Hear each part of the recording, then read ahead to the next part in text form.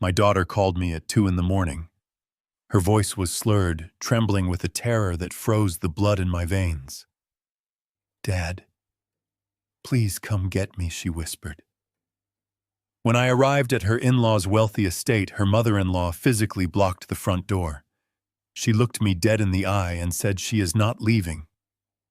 I am a retired construction contractor who spent a lifetime breaking through concrete and steel. No wooden door and no arrogant woman was going to keep me from my little girl. I forced my way in, and what I saw on that bedroom floor made my blood boil. Before I continue my story, please let me know what city or country you are watching from in the comments below. Hit the like button and subscribe to the channel if you believe a father will do whatever it takes to protect his child. My name is Victor Caldwell. I am 70 years old. For over 4 decades, I worked as a commercial construction contractor right here in Illinois. I spent my life dealing with blueprints, load-bearing walls, and cold, hard steel. I am a man of logic and structure. You have to be when a single miscalculation can bring a 50-story building crashing down. I retired a few years ago, hoping to live a quiet life after losing my beloved wife, Sarah, a decade ago to a brutal illness. Sarah was the heart of our family. When she passed, she left behind a secret trust fund for our only daughter, Rachel. Rachel is 32 years old now, a dedicated pediatric nurse with a heart of gold. She married a man named Derek Thorne. Derek is a 35-year-old investment banker downtown. On paper, he is polished, successful, and charming. His mother, Evelyn Thorne, comes from old money up in the North Shore of Chicago. They live in a sprawling, isolated mansion that always felt more like a museum than a home to me. I never quite fit into their world of country clubs and cocktail parties, but I tolerated the condescension because Rachel seemed happy. I always taught my daughter to see the good in people. But sometimes people do not have any good in them at all. It all started on a freezing Tuesday night. I was asleep in my empty house when the sudden sharp ringing of my cell phone woke me up. I glanced at the clock on my nightstand. It was exactly 2 in the morning. When you reach my age, a phone call at that hour never brings good news. I answered immediately. "Dad," a voice whispered. It was Rachel, but she did not sound like my daughter. Her words were heavily slurred, dragging together, as if she were fighting just to keep her eyes open. "Rachel. Sweetheart." "What is wrong?" I asked, sitting up straight, my heart instantly hammering against my ribs. "Dad, please come get me," she gasped, her breath catching in her throat. Her tone was laced with absolute raw terror. "They will not let me." Before she could finish her sentence, there was a muffled thud, a sharp gasp, and the line went completely dead. I shouted her name into the receiver, but there was only silence. I did not waste a single second trying to call her back. My contractor instincts kicked in immediately. When an alarm sounds on a job site, you do not ask questions, you act. I threw off the blankets, grabbed my heavy winter coat, and ran out to my truck. I unlocked my safe and took out my legally registered firearm. I am not a violent man, but I am a fiercely protective father. I placed the weapon securely inside my truck glove box, just in case. I did not know what I was walking into, but I knew my daughter was in grave danger. The drive to the North Shore usually takes 40 minutes. I made it in 25. The roads were deserted, covered in a thin layer of frost, but my mind was racing faster than my tires. Rachel is a nurse. She does not drink heavily. She does not take drugs. She is the most responsible, level-headed person I know. That slurred voice, that sheer panic, it simply did not make any logical sense.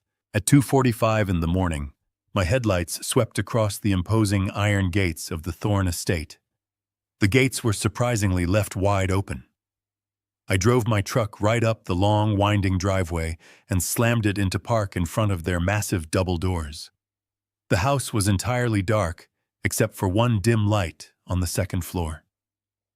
Rachel and Derek's bedroom. I pounded my heavy fists against the solid oak front door. I did not ring the doorbell.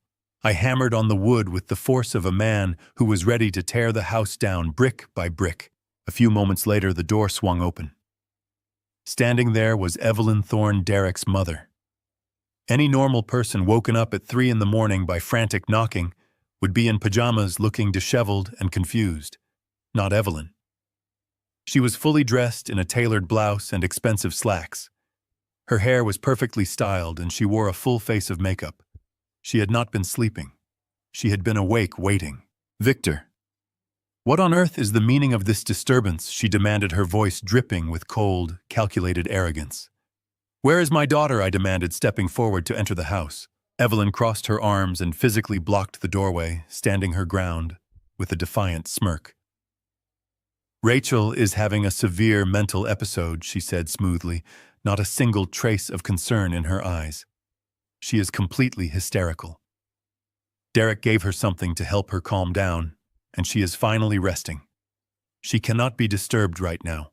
I suggest you go home, Victor. You are making a fool of yourself." I stared at this wealthy, entitled woman trying to dismiss me like I was the hired help.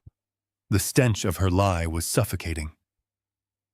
I did not ask for her permission. I stepped forward using my broad shoulders to shove her aside. She stumbled back against the foyer wall, gasping in feigned outrage. "You cannot barge into my home!" she shrieked. "Watch me!" I growled. I took the grand staircase 2 steps at a time, ignoring her shrill protests echoing behind me. I reached the second-floor hallway and headed straight for the master suite. The door was locked tight. I did not hesitate. 30 years of swinging sledgehammers and kicking down drywall had not entirely left my aging bones. I raised my heavy work boot and kicked the door right below the handle.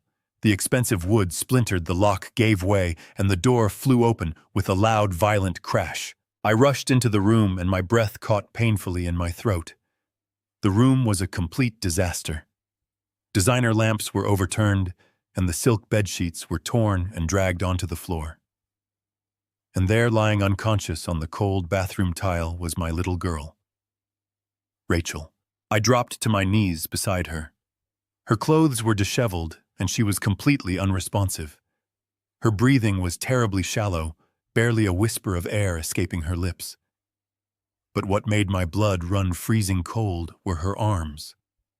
Under the harsh, bright bathroom light, I saw dark, violent finger-shaped bruises wrapping completely around her pale skin. Someone had pinned her down with terrifying force. As a man who understands mechanics and leverage, I knew immediately that these were not marks from a simple fall. These were the undeniable marks of a brutal struggle. Before I could even reach out to check her pulse, I heard heavy, panicked footsteps rushing down the hallway.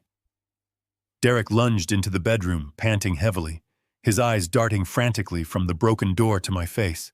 He stood there in the doorway, wearing silk pajama bottoms and a cashmere sweater that was completely unwrinkled. For a man who was supposedly jolted awake by a home invasion, his hair was perfectly styled, and he was not out of breath from panic. He was panting from exertion.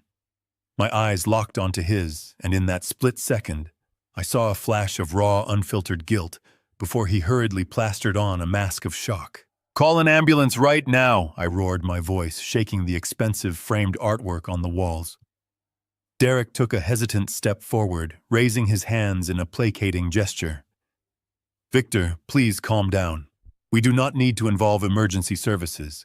I am already handling this. I have my mother calling Dr. Harrison, our private family physician. He is discreet, and he knows how to handle these delicate family situations without making a public spectacle." I stared at him, unable to comprehend the sheer audacity of his words. My daughter was lying unconscious on the cold marble floor, her breathing dangerously shallow, her skin turning an unnatural shade of pale, and this polished coward was worried about a public spectacle. "She is not breathing right," I snarled, stepping over the ruined wood of the doorframe and closing the distance between us. "Call 911 or I swear to God, Derek, I will break your jaw." He held his ground, though his jaw tightened. "You are not thinking clearly, Victor. You do not understand what is happening here. Rachel is having a severe episode. If the authorities come, they will put her on an involuntary psychiatric hold. It will ruin her career. It will ruin our reputation. Dr. Harrison is on his way. Just step back and let us take care of my wife." He made the fatal mistake of reaching out to grab my shoulder. I did not argue anymore. 40 years of hauling steel beams and breaking concrete had given me a physical density that this soft manicured investment banker could not possibly match. I grabbed the front of his expensive cashmere sweater, twisted the fabric into my fist, and shoved him violently backward. Derek stumbled over the debris of the broken door and crashed hard against the hallway wall, gasping for air as the breath was knocked out of his lungs. "Do not ever touch me," I warned him in a low, deadly whisper. "And do not ever tell me how to take care of my own blood." I turned my back on him and knelt beside Rachel. Up close, the dark bruises on her arms looked even more horrifying. The distinct shape of fingers pressed deeply into her skin told a story of violence, of someone holding her down against her will. I carefully slid my arms beneath her knees and behind her back, lifting her from the floor. She was heartbreakingly light, completely limp in my embrace. As I held her against my chest, a sudden wave of memories washed over me. I remembered carrying her exactly like this, when she was a little girl fast asleep after a long day at the park, safe and protected in her father's arms. The contrast between that beautiful memory and this nightmare fueled a burning fire in my gut. I carried her out into the hallway. Evelyn was waiting at the top of the grand staircase, her face pale with fury. "You are making a terrible mistake, Victor," she hissed, her manicured fingers gripping the banister. "You are tearing this family apart over a simple misunderstanding." I did not waste a single breath responding to her. I carried Rachel down the stairs, out through the heavy front doors, and straight to my truck. I carefully laid her across the back seat, securing her with a seatbelt and wrapping my heavy winter coat around her shivering body.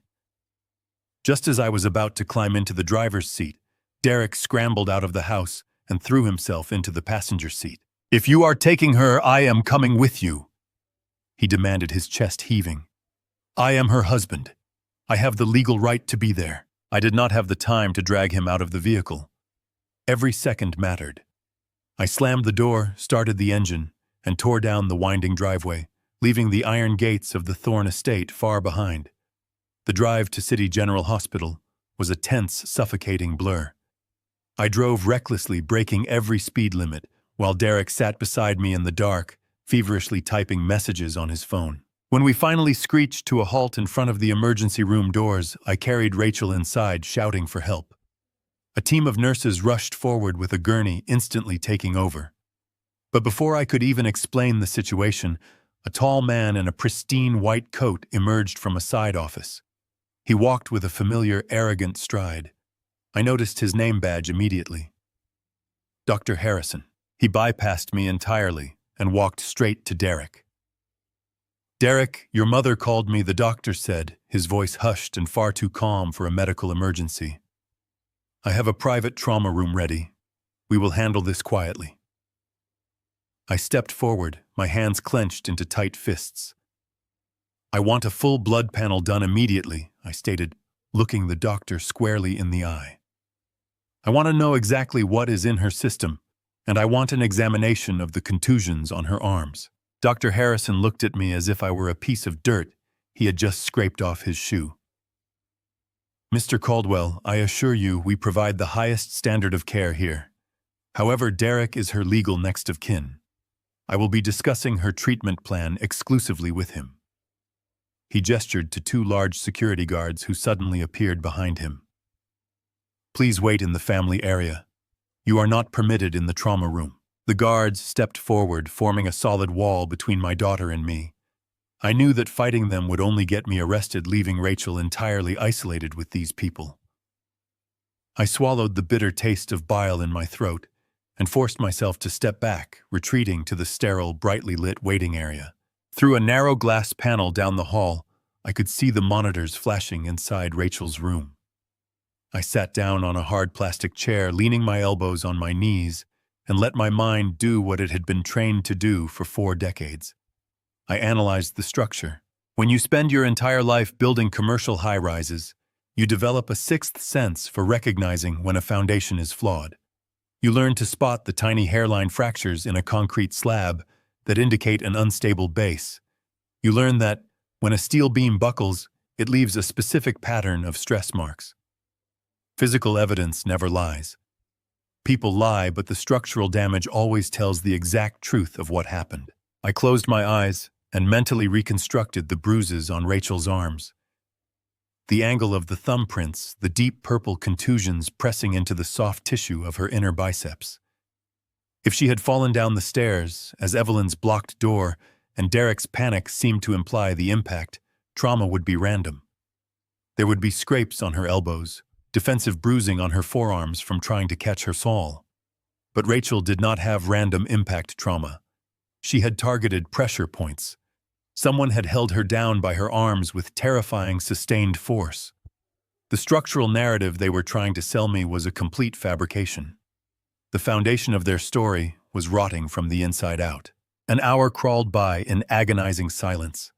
Finally, the heavy doors of the trauma unit pushed open, and Dr. Harrison walked toward the waiting area holding a silver metal clipboard. Derek stood up instantly, rubbing his eyes to produce a fresh layer of artificial tears. Dr. Harrison stopped in front of us, his expression molded into a mask of professional sympathy. Victor. He began using my first name with unwarranted familiarity. We have stabilized Rachel's vitals, but the situation is incredibly grave. He handed the clipboard not to me, but directly to Derek. I leaned over to read the bright red print on the top page. It was a rapid toxicology report. Rachel's blood contains a highly lethal combination of severe anxiety medications and a massive amount of alcohol, the doctor explained smoothly, locking his gaze onto Derek. Her system is completely overwhelmed. It is a miracle her heart did not simply stop. As soon as the words left the doctor's mouth, Derek collapsed into the nearest plastic chair. He buried his face deep in his hands, his shoulders shaking violently as he let out a loud theatrical sob that echoed off the linoleum walls. "I am so sorry," Derek wept, his voice cracking with rehearsed devastation. I knew she was stressed at the clinic, but I had no idea it was this bad. I tried to grab the pills from her. I tried to hold her down, but she fought me. I failed. I failed to stop her suicide attempt. I stood there in the sterile, fluorescent-lit hallway of the hospital, the crisp white toxicology report still gripped tightly in my weathered hands. Derek's theatrical sobbing echoed against the pale linoleum floors. He buried his face deep in his expensive cashmere sleeves, acting the part of the devastated husband with sickening precision. I did not move to comfort him. I simply waited. After a few carefully timed moments, Derek wiped his face, taking a deep, shuddering breath, before looking up at me. His eyes were completely dry. "Victor. I did not want to tell you this," Derek began, his voice dropping to a somber, conspiratorial whisper. "I wanted to protect her dignity. But Rachel has been spiraling out of control for months. The immense pressure at the pediatric clinic, losing those desperately sick children, it completely broke her. She started having severe panic attacks back in October. At first it was just trouble sleeping through the night. Then the situation escalated rapidly. She began drinking heavily in secret to numb the pain. She hid bottles of wine in the back of her closet, burying them underneath her winter sweaters where she thought I would never find them. I stared at him, my face a mask of impenetrable stone. I did not interrupt his performance. I let him build the framework of his elaborate lie. When you construct a building with cheap, substandard materials, you want the dishonest contractor to keep stacking the bricks until the entire structure collapses under its own fraudulent weight. I knew how to listen to the groans of failing steel.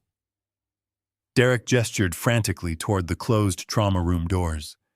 Tonight, things reached an absolute boiling point. He continued, his tone pleading for my sympathy. She was completely incoherent, screaming wildly about how she could not take the pain anymore. She swallowed a massive handful of pills and washed them down with half a bottle of cheap Merlot. When I tried to intervene and stop her, she lost her mind. She ran straight toward the second-story window in our bedroom. She was actually trying to throw herself out onto the concrete. Victor. I had to tackle her to the floor to save her. I had to pin her down by her arms with all my body weight, just to keep her from killing herself. That is exactly where those bruises came from. I was only trying to save her life. Before I could dissect the gaping holes in his ridiculous fabricated story, the sharp, rhythmic clicking of high heels announced the arrival of Evelyn Thorne. She glided down the hospital corridor, looking just as immaculate as she had standing at her front door. She carried a sleek designer handbag and wore an expression of profound, heavily manufactured tragedy. She walked right up to me, placing a perfectly manicured hand gently on my forearm. "Oh, Victor." Evelyn sighed, her voice dripping with thick, artificial pity. "This is a massive tragedy for all of us. We are simply heartbroken to see her this way. We have been trying so hard to get Rachel the psychiatric help she desperately needs, but addiction is a terrible, wicked disease. It turns the bright people we love into unrecognizable strangers." She elegantly unclasped her expensive leather handbag and reached inside. She pulled out a small orange plastic cylinder and pressed it firmly into my palm. I looked down at the object in my hand. It was a prescription pill bottle. The printed label clearly bore my daughter's name: Rachel Caldwell Thorne. Below her name, the prescribed medication was listed in bold, unapologetic black letters: Alprazolam, 2 milligrams. The prescription was dated exactly 3 weeks ago, signed by none other than Dr. Harrison himself. "I wanted to show you this so you would fully understand the grim reality of the situation," Evelyn murmured, stepping back to stand shoulder to shoulder with her son. "We did not want to worry you with her ongoing daily struggles. We know exactly how much you adore her, and we did not want you to judge your only daughter for her unfortunate weakness. She has been secretly self-medicating for several months now. Tonight was simply the inevitable, terrifying breaking point. We are just so incredibly thankful that Derek was there to stop her from doing the unthinkable and ending her own life." My calloused thumb traced the smooth plastic ridges of the pill bottle. Inside my mind, heavy gears were turning, locking firmly into place. The story they presented was exceptionally neat. It was incredibly tidy, wrapped up in a perfect little bow. A deeply stressed pediatric nurse turning to wine and prescription drugs to cope with the immense trauma of losing young patients. A loving, heroic husband stepping in at the last possible second to prevent a tragic, bloody suicide. It was the exact kind of dramatic narrative that high society families in the North Shore loved to whisper about at their lavish charity galas. It was a calculated story, designed entirely to generate profound pity for Derek and Evelyn, while simultaneously discrediting my daughter and labeling her as an unstable liability. I looked directly from Evelyn to Derek, my stony expression giving absolutely nothing away. I silently pocketed the pill bottle, securing it deep inside my jacket. If they wanted to play a dangerous game of documentation, I was going to hold on to every single piece of physical evidence they foolishly handed me. "I need to see her right now." I stated, my voice low, gravelly, and dangerously calm. "I need to speak to the attending physician about transferring her to a different medical facility for an unbiased second opinion." Derek's relaxed posture immediately stiffened into a rigid line. The pitiful mask of the weeping, traumatized husband vanished without a trace, replaced instantly by the cold, calculating demeanor of a ruthless corporate shark. He reached into the inner breast pocket of his tailored blazer and pulled out a thick stack of neatly folded legal documents, heavily stamped with an official blue notary seal. "That will not be happening, Victor." Derek said, his tone turning as hard and unforgiving as poured concrete. "I am her legally wedded husband, and I currently hold her comprehensive medical proxy. I alone make all critical healthcare decisions on her behalf." He unfolded the crisp documents and shoved them aggressively toward my chest. I glanced down at the bold heading. It was a standard spousal proxy granting Derek absolute uncontested authority over Rachel's physical and psychiatric care. The shaky signature at the very bottom was unmistakably Rachel's. "Dr. Harrison and I have already thoroughly discussed the absolute best course of action for her long-term recovery." Derek continued stepping uncomfortably closer to me to assert his sudden dominance. Rachel requires intense, highly specialized psychiatric intervention immediately. This public hospital cannot possibly provide the high level of strict security she desperately needs right now. I have already arranged for a rapid private medical transport. She is being transferred to the exclusive Silver Pines Wellness Retreat tonight. You have absolutely no legal power to stop me from transferring my sick wife, and you know it. You are just completely powerless right now. The heavy legal papers in Derek's hand felt like a concrete wall slamming directly into my chest. My contractor instinct screamed at me to grab him by the throat, to tear those documents into pieces, and to physically drag my daughter out of that hospital. My muscles twitched, and the blood pounded in my ears with a deafening roar. I wanted to fight. I wanted to dismantle this smug, arrogant man standing in front of me. But then I looked past his tailored shoulder. I saw the two massive security guards shifting their weight, their hands resting near their radios. I saw Dr. Harrison glaring at me, his finger hovering over the hospital panic button. I realized instantly that if I threw a single punch right now, if I let my righteous anger win, I knew exactly what would happen. I would be arrested for assault. I would be handcuffed, dragged out of the emergency room, and thrown into a holding cell. And Rachel would be left completely alone, utterly defenseless against a husband and a mother-in-law who had just orchestrated her rapid disappearance. They wanted me to lose my temper. They were actively begging for me to cause a physical scene so they could validate their twisted narrative. They wanted to point at me and tell the police, "Look at the violent, unstable father." I took a deep, agonizing breath. I forced my clenched hands to open, stretching my stiff fingers out by my sides. I had to build a temporary bridge. I had to play a role I had never played in my entire 70 years of life. I had to be the defeated, oblivious, broken old man. I let my shoulders slump forward deliberately, dropping my posture to look smaller and frailer than I actually was. I let out a long, shaky sigh, letting my chin fall toward my chest.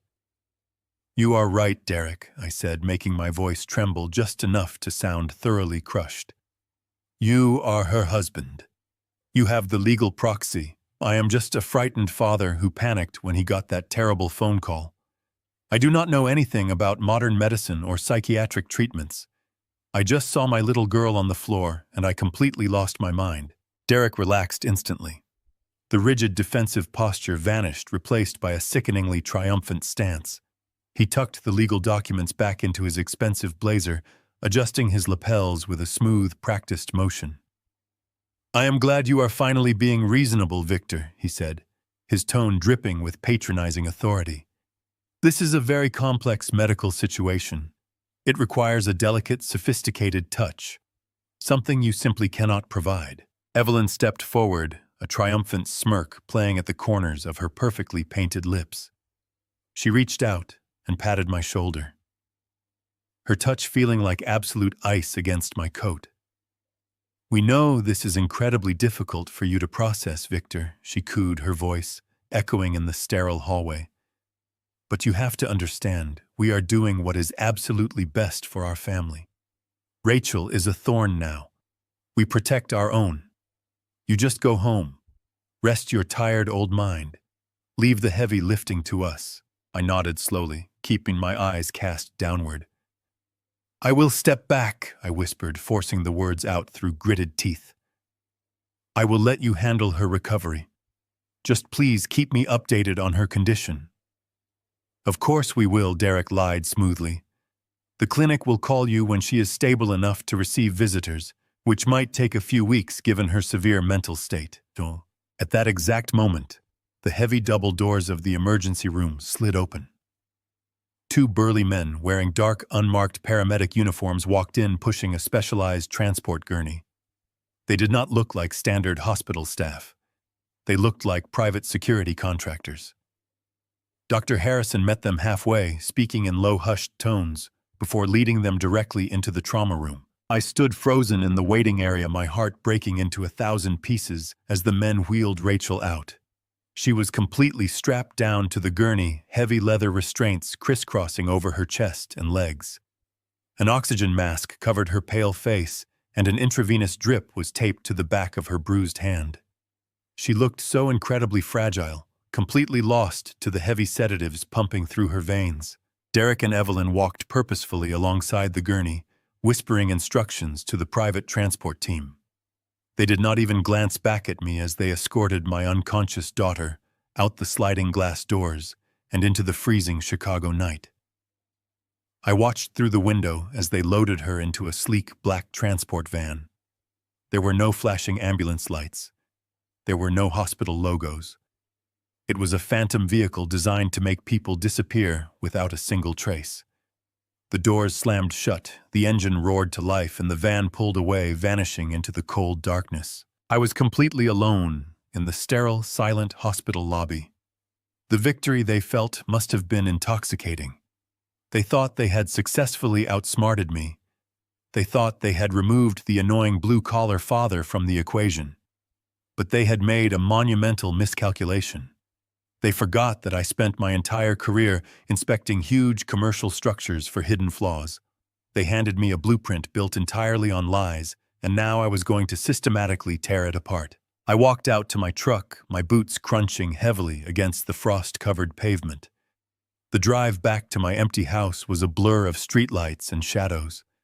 The silence inside the cab of my truck was deafening, pressing against my eardrums. My mind was a whirlwind of terrifying images. The violent bruises on Rachel's arms, Evelyn's immaculate makeup at 3 a.m, Derek's dry, theatrical sobs, the swift, calculated arrival of the unmarked transport van. When I finally pulled into my driveway, the sun was just beginning to rise, casting a pale gray light over the quiet neighborhood. I unlocked the front door and stepped into the crushing silence of my home. The air felt incredibly heavy and suffocating. I walked directly into the kitchen, operating on pure mechanical autopilot. I filled the coffee pot with water, scooped the grounds into the filter, and hit the power button. The familiar rhythmic dripping of the machine was the only sound in the house. I leaned heavily against the kitchen counter, rubbing my tired eyes with the palms of my hands. My gaze drifted slowly across the room, eventually landing on the wooden mantel above the fireplace in the adjoining living room. Sitting right in the center was a framed photograph from Rachel's college graduation. She was standing between Sarah and me, beaming with absolute pride, wearing her crisp nursing uniform. I walked over to the mantel and picked up the heavy silver frame. I stared at her bright, intelligent eyes. I remembered the day she graduated. I remembered the celebratory dinner we had at an expensive Italian restaurant downtown. I remembered her laughing, raising her glass to make a toast. And then, like a massive steel beam crashing directly into my chest, a glaring discrepancy hit me. The impact of the realization was so incredibly violent that I actually stumbled backward, dropping the framed photograph onto the carpet. Derek had stood right there in the hospital hallway and told me a highly detailed story. He had looked me right in the eye and claimed that Rachel was hiding bottles of wine in her closet. He claimed she swallowed a handful of anxiety pills and washed them down with half a bottle of cheap Merlot to numb her depression. It was the core foundation of his entire suicide narrative. But Rachel is severely allergic to sulfites. The memory hit me with crystal clear precision. When she was 18 years old, she took a single sip of red wine at a family wedding. Within 10 minutes, her throat began to close. She broke out in terrible hives, and we had to rush her to the emergency room for an epinephrine injection. The doctors told her that consuming even a small glass of wine could trigger a fatal anaphylactic shock. Rachel knew this. She was a brilliant pediatric nurse who understood pharmacology better than anyone. She had not touched a single drop of wine in 14 long years. She would never, under any circumstances, drink half a bottle of Merlot. It would have killed her before the pills even reached her stomach. The story was a complete fabricated lie. The wine, the pills, the suicide attempt, the panic. It was all a carefully constructed stage play. And the bruises on her arms. They were not defensive marks from a husband trying to save his wife from a fall. They were restraint marks. They had held her down. They had physically forced those pills down her throat. My breathing grew ragged, my chest heaving as the horrifying truth locked firmly into place. My daughter did not have a psychotic break. She was attacked in her own home. She was poisoned by the very people who were supposed to protect her. And now they had locked her away in a secure facility where no one could hear her scream. I stood alone in my quiet living room, the early morning sunlight slowly creeping across the floorboards. The grief and confusion that had clouded my mind completely evaporated. It was instantly replaced by a cold, calculating, and terrifying clarity. Derek and Evelyn Thorne thought they had won. They thought they had safely disposed of the problem. They thought I was just an ignorant, tired old man who would simply fade into the background. They were dead wrong. I am a builder, but I also know exactly how to tear things down. I reached into my pocket and pulled out the small orange pill bottle Evelyn had given me. I squeezed it tightly in my fist until the hard plastic cracked. They wanted a war in the shadows. They were going to get one. I walked toward the hallway closet to grab my heavy coat once again. I was not going to sit around and wait for updates. I was going to find out exactly why they were trying to murder my little girl. I shrugged my heavy winter coat onto my shoulders, but my hand paused on the brass doorknob. Rushing back out into the freezing night without a structural plan was a rookie mistake. A good contractor never starts swinging a sledgehammer until he reviews the blueprints. Derek and Evelyn were playing a high-stakes game insulated by their massive wealth and private security. If I charged the gates of that wellness retreat right now, they would have me arrested for trespassing, and I would lose my only chance to save my daughter. I needed leverage. I needed to understand the load-bearing walls of their deception. I turned away and walked down the shadowed hallway toward my private study. The cold room was lined with oak bookshelves and filing cabinets filled with decades of commercial construction permits. I moved directly to the corner of the room, kneeling on the worn rug. I pulled back a heavy wool runner to reveal a solid steel floor safe.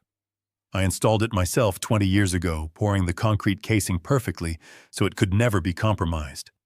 I spun the cold metal dial, the rhythmic metallic clicks grounding my racing thoughts. 34 to the right, 12 to the left, 58 to the right. The heavy locking bolts slid back with a satisfying, definitive thud. I reached deep into the dark cavity of the safe past old property deeds, retirement portfolios, and military discharge papers. My calloused fingers brushed against a thick, sealed manila envelope.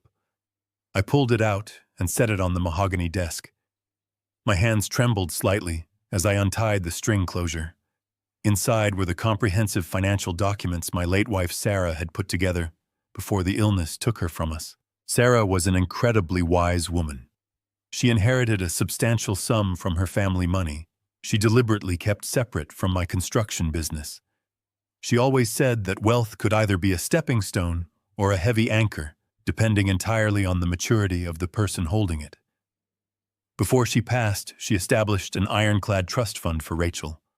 It was heavily protected, overseen by a ruthless financial attorney named Mitchell, and it was designed with one very specific, unyielding condition. I spread the crisp, aged legal papers across the surface of my desk, running my index finger down the columns of dense legal jargon. I stopped at the final page, staring at the bold numbers near Sarah's elegant signature. The trust fund was originally seeded with $4 million. Over the last 10 years, through aggressive, highly secure market investments, that number had grown significantly.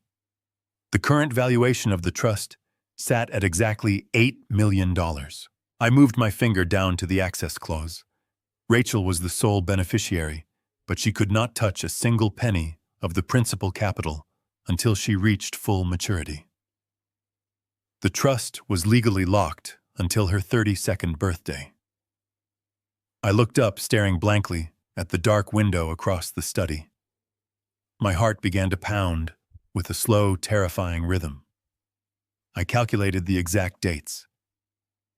Rachel had celebrated her 32nd birthday exactly 14 days ago. The timing was not a coincidence. In the construction business, there are no coincidences. When a pipe bursts the exact same day, the water pressure is artificially increased. You know exactly who tampered with the valve. For 3 years, Derek had played the role of the devoted, supportive husband. He had never once displayed this level of erratic, controlling behavior. But now, exactly 2 weeks after my daughter suddenly gained access to $8 million in liquid, untraceable cash, she is mysteriously poisoned, bruised, and locked away in a private psychiatric facility where her husband holds absolute, uncontested legal authority over her life. Derek did not want to cure my daughter. He wanted to declare her mentally unfit. If Rachel was legally incapacitated, her husband, wielding his comprehensive medical proxy, could petition the courts for a financial conservatorship. He could seize control of the entire $8 million, claiming it was necessary to fund her long-term specialized psychiatric care. The pristine, plausible lie about her addiction was the exact foundation he needed to present to a judge. He was trying to steal her inheritance, and he was willing to medically torture her to get it. I slumped into my leather desk chair, the sheer breathtaking evil of their plan washing over me. I needed to warn Mitchell. I needed to freeze that trust immediately before Derek could file the conservatorship papers. I reached into my coat pocket and pulled out my cell phone. The bright screen illuminated the dark study. As I unlocked the device to search for Mitchell's contact information, a small, glaring red notification icon caught my eye. It was the voicemail indicator. The icon showed one unheard message. I frowned, tapping the screen.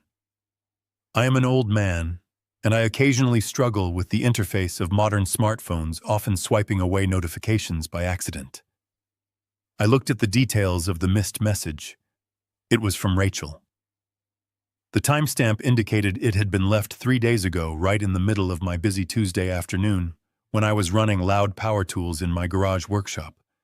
I had completely missed it. I pressed the phone tightly against my ear, my breath catching in my throat, as the automated voice announced the date and time. Then a sharp hiss of static filled the speaker, followed by Rachel's voice. She did not sound slurred or sedated like she had tonight. She sounded sharp, alert, and undeniably terrified. She was whispering rapidly, the sound of a locking door clicking shut in the background. "Dad, it is me," she whispered, her voice shaking with raw, unfiltered panic. "I really need you to call me back the absolute second you get this message. Do not text me. Call me." Something is terribly wrong with Derek. He has been locking himself in his home office for days, screaming at people on the phone about offshore margins and missing capital. I found some bank statements hidden in his briefcase. "Dad, I think he is completely bankrupt. He has been forging my signature on small loan applications." She paused, taking a ragged, trembling breath. I could hear the sheer terror vibrating through the tiny speaker. "He asked me to transfer my trust fund into a joint corporate account this morning. He said it was for a temporary investment, but his eyes were so cold. When I told him I needed to consult with Mitchell first, he completely lost his temper. He smashed a glass against the wall. I have never seen him like this. I told him I am going to call my lawyer and file for financial separation. I need you to find Mom's original death certificate and the primary trust documents in your safe. I need to prove the money is exclusively mine. Dad, please. I am scared to be in this house with him right now. Call me." The voicemail ended with a sharp beep. I slowly lowered the phone, placing it on top of the $8 million trust document. The entire puzzle was now assembled.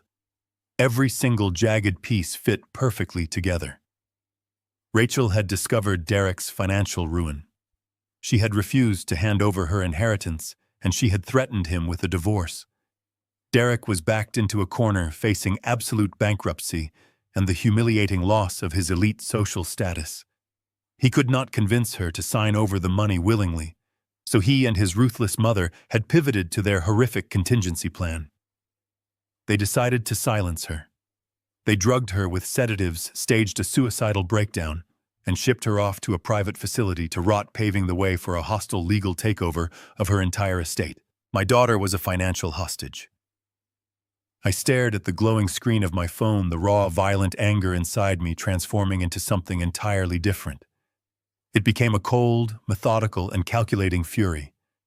I was not going to simply react. I was not going to play into their hands by throwing punches and getting myself arrested. That is what they wanted. They wanted the loud, ignorant contractor to make a scene. Instead, I was going to do what I had done my entire professional life. I was going to secure the perimeter, assemble my crew, and systematically demolish their lives. I was going to rip their pristine, wealthy facade down to the dirt, and I was going to extract my daughter from the wreckage. I picked up my phone and scrolled past Mitchell's name. I needed a lawyer, yes, but first I needed a demolition expert. I needed someone who knew how to operate in the shadows outside the polite, restrictive boundaries of the law. I dialed a number I had not called in over 5 years. The phone rang 3 times before a gruff, tired voice finally answered the line. "Leon, it is Victor," I said, keeping my voice steady in the dark study. "I need your help. I have a structural collapse on my hands, and I need a man who knows how to navigate the rubble." The gruff voice chuckled softly. "Tell me where and when, Victor." I told him we would meet later that evening, ending the call. Leon was a retired police detective turned private investigator. We worked together years ago when a corrupt supplier tried to scam my construction firm. He knew how to dig up dirt buried under corporate shell companies. But before I unleashed him on Derek and Evelyn, I needed to walk right into the belly of the beast and see the panic for myself. By 9 o'clock the next morning, I had pulled a thick folder of Rachel's childhood medical records from my filing cabinet. It was the perfect excuse for an unannounced visit. I drove downtown to the towering glass skyscraper that housed Derek's prestigious investment firm. The building was an architectural marvel designed to project an image of absolute transparency and immense wealth. I knew better. Buildings with the most glass usually had the darkest basements. I took the elevator to the 42nd floor. The reception area of Thorn Financial Investments was intimidating. The floors were polished marble, and the walls were paneled in rich walnut. A smartly dressed receptionist sat behind a massive desk. I approached her, letting my shoulders slump, playing the role of the exhausted, grieving father to perfection. "Excuse me, miss," I said, making my voice sound a bit raspy. "I am Victor Caldwell, Derek's father-in-law. I do not have an appointment, but I brought some urgent medical records for my daughter Rachel. Derek needs these for the clinic she was admitted to last night." The receptionist looked up, her expression softening into immediate sympathy. "Oh, Mr. Caldwell, I am so sorry to hear about your daughter. Mr. Thorne has been utterly devastated all morning. He instructed us to hold his calls, but since it is a medical emergency, I will let him know you are here. Please have a seat in the corridor outside his office suite. It is the last door on the right." She gestured toward a quiet hallway. I thanked her and walked slowly in the direction she pointed. The carpet absorbed my footsteps. As I approached the final mahogany door, I noticed it was left ajar by just a fraction of an inch. I stopped dead in my tracks. I did not sit in the waiting chairs. Instead, I stepped closer to the narrow crack, pressing my back flat against the wall, holding my breath. Inside the office, Derek was not weeping over his sick wife. He was screaming. "I do not care what you have to tell the auditors." Derek hissed, his voice trembling with violent manic energy. "You moved that capital by the end of the day. If those margin calls hit my desk tomorrow morning, we are completely finished. Do you understand me? You bury the deficit. You hide it under the shell accounts we set up in Delaware. Just buy me 72 hours. A loud smash echoed through the room like a paperweight shattering. "Do not tell me it is impossible," Derek roared, losing his polished composure entirely. "Foreclosure notices are already in my inbox. If the board finds out I have been leveraging client funds to cover my own catastrophic losses, I am going to federal prison. You stall them until Friday." My chest tightened. The words were a direct confirmation of Rachel's frantic voicemail. Derek had embezzled millions of dollars, and his entire life was crashing down. Then a second voice cut through the tension. It was sharp, venomous, and chillingly calm. It was Evelyn. "Get a hold of yourself, Derek," she snapped, her tone dripping with utter disdain. "Screaming at subordinates is not going to fix this. You are acting like a frightened child. We have an impenetrable plan, and you are going to ruin it with your panic. I peered through the opening. Evelyn was pacing across the extravagant office. She looked like a predator circling a cage. The money is there. Evelyn continued, her voice lowering to a commanding whisper. Rachel's trust fund is fully mature. $8 million in untraceable liquid assets. It is more than enough to cover the deficit, pay off the estate mortgage, and quiet the federal auditors before they open an investigation. All we need is for the judge to sign the conservatorship paperwork on Friday morning. I cannot take this waiting, Derek groaned, sounding like a man on the edge of a total psychological collapse. What if the clinic asks questions? What if her father starts digging around? Evelyn scoffed. Her father is an ignorant relic. He was practically crying in the hospital waiting room. He believes exactly what we told him. As for the clinic, I own a 40% stake in that facility. The staff there knows exactly who pays their lucrative salaries. They will not ask a single question. Just keep the girl sedated until Friday. Once the judge grants you absolute legal guardianship, we transfer the funds and we wash our hands of this mess. If her brain turns to mush from the sedatives, it only proves our tragic narrative. My blood turned to absolute ice. They were casually discussing the permanent destruction of my daughter's mind to cover their financial crimes.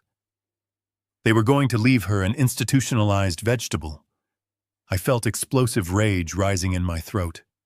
I wanted to kick the mahogany door off its hinges and silence his pathetic voice forever. But violence would only forfeit the game. I needed to destroy them legally. Suddenly the leather chair squeaked. Footsteps marched toward the door. I quickly stepped back, dropping the manila folder onto the floor. The door swung wide open. Derek stood in the doorway, his face flushed red, sweating profusely. He froze the instant he saw me kneeling on the floor. Unadulterated terror flashed across his face. He stopped breathing, trying to calculate how much I had heard. I looked up at him, molding my expression into mild confusion and profound weariness. "Oh, Derek," I sighed, forcing my hands to tremble as I picked up the papers. "I am sorry. I did not mean to intrude." The receptionist told me to wait here, but my clumsy hands dropped the folder. I hope I did not interrupt a business call. Derek searched my weathered face for any sign of deception. Finding nothing but the broken facade of a grieving father, his panic dissolved.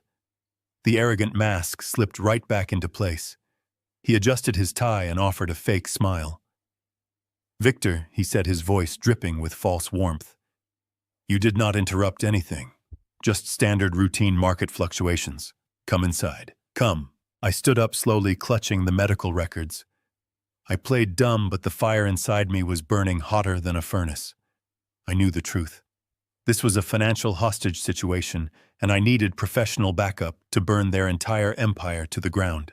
The old roadside diner smelled strongly of dark roasted coffee and greasy fried bacon. It was a loud, wonderfully chaotic place right off the busy interstate. I sat in a sticky vinyl booth in the far back corner, nursing black coffee. Across from me sat my friend Leon and attorney Mitchell. Leon had a gray mustache and eyes that constantly scanned the room, analyzing every patron. He spent 30 years as a police detective before opening a private firm. Next to him sat Mitchell, Sarah's financial attorney. Mitchell was a shark in a tailored suit, a man who navigated corporate finance with ruthless efficiency. I laid out the entire situation. I told them about the forged narrative, the sulfite allergy discrepancy, the fake suicide attempt, and the $8 million trust fund. I told them how I watched private security roll my sedated daughter into a phantom transport van. Mitchell stared at the table. "If Derek holds a medical proxy and your daughter signed it willingly, we are blocked on the legal front," Mitchell explained. "If we go to the police, Derek will simply wave that document in their faces. He will claim he is making medical decisions for a spouse suffering from addiction. The authorities will not intervene in a private medical dispute. The law perfectly protects him." Leon nodded. "Mitchell is right, Victor. If you force a wellness check, Derek's lawyers will slap you with a restraining order. They have placed Rachel inside a legal fortress. They can hold her in that facility, keep her medicated, and wait for Friday morning to finalize the financial conservatorship. We cannot hit them head-on. We must slip through the cracks. I need you to freeze that trust, Mitchell, I said, leaning over the table. You need to put a lock on that money so tight that Derek cannot extract a single dime. I can file an injunction based on coercion, Mitchell replied. But I cannot do it until Friday morning when the courts open. If I tip our hand early, Derek's legal team will counter-file, dragging it out in litigation. We need proof of his financial distress to justify the freeze. That is where I come in, Leon said. I will dig into Derek's offshore accounts and corporate shell games. By Friday morning, I will have a report proving he is entirely bankrupt. But Victor, we have a massive problem. We do not know where they took Rachel. Silver Pines is a corporate umbrella owning a dozen private facilities across the state.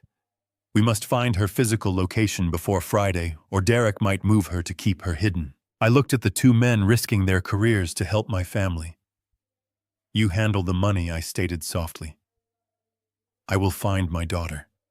But first I need to make them think they have completely won. I walked out of the warm diner and sat in the cold cab of my heavy truck. The freezing air stung my lungs. I pulled out my cell phone and dialed Derek's personal number.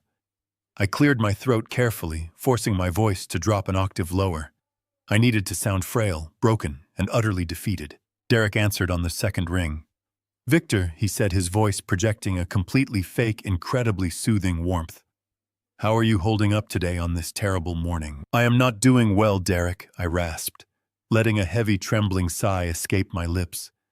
My arthritis is flaring up terribly from the cold, and my heart is completely broken. Sitting in this empty house looking at Rachel's photographs, it is driving me out of my mind. I cannot stop thinking about her lying in that hospital bed. I feel completely useless. I could practically hear the arrogant smirk forming on Derek's face. You have been through a massive shock, Victor. It is completely understandable that you feel overwhelmed. You need to focus on your own health right now. We have everything under control here. Rachel is receiving the best care possible. I know, I whispered, sounding thoroughly crushed. That is why I am calling. I cannot stay in this house right now. I need to get away from everything. I am packing my truck to head up to my old fishing cabin in northern Wisconsin. It is completely off the grid. No cell service, no internet. Just woods and quiet. I need to stay up there for at least a month to process this grief. I just wanted to let you know so you do not worry when my phone goes to voicemail. Derek could not hide the profound relief in his voice. He sounded like a man who had just won the lottery. I think that is a brilliant idea, Victor. You absolutely need to go off the grid and find your peace. Do not worry about a single thing down here. Take a full month. Take 2 months if you need it. I will handle the clinic and doctors. You just focus on resting your tired body. Safe travels, Victor. He ended the call quickly, eager to celebrate his perceived victory. He thought he had successfully neutralized the final threat. He thought I was driving 5 hours north to sit by a frozen lake and cry. I tossed my phone onto the passenger seat and started the engine. I did not drive north toward Wisconsin. Instead, I drove straight into the industrial district on the edge of the city. I stopped at a massive commercial hardware supply store, the kind of place that catered strictly to professional contractors. I moved through the aisles with cold mechanical efficiency. I purchased a cheap, untraceable prepaid burner phone paying with crisp $100 bills. I bought a high-definition fiber optic inspection camera with a 50-foot flexible cable typically used for examining compromised ventilation shafts. I picked up a set of directional parabolic microphones, heavy-duty wire cutters, lock-picking picks, and a tactical crowbar designed to pry open reinforced steel doors. I packed the gear into a black canvas duffel bag. I drove to the wealthy suburbs of the North Shore. Exactly 1 mile away from the towering iron gates of the Thorne family estate, there was a dilapidated roadside motel that had survived the gentrification of the area. The neon sign was missing half its letters. I walked into the dingy lobby and rented a room at the very back of the property, far away from the main road. I dropped my canvas bag onto the patterned bedspread. The room smelled intensely of stale cigarette smoke and bleach. I drew the thick blackout curtains tight, plunging the space into absolute darkness. I unpacked my tools, laying the fiber optic cables and microphones across the mattress in a neat, organized row. I picked up the burner phone and dialed Leon's secure number, giving him my new contact information. Derek and Evelyn thought they were dealing with an ignorant, grieving father who had simply surrendered and run away to hide in the woods. They had no idea they had just invited a master builder into their walls. The masks had slipped and the hunt had officially begun. I waited in the suffocating darkness of my motel room until the digital clock on the nightstand flashed 8. Derek and Evelyn were attending the annual Children's Hospital Charity Gala tonight. It was a highly publicized black tie affair.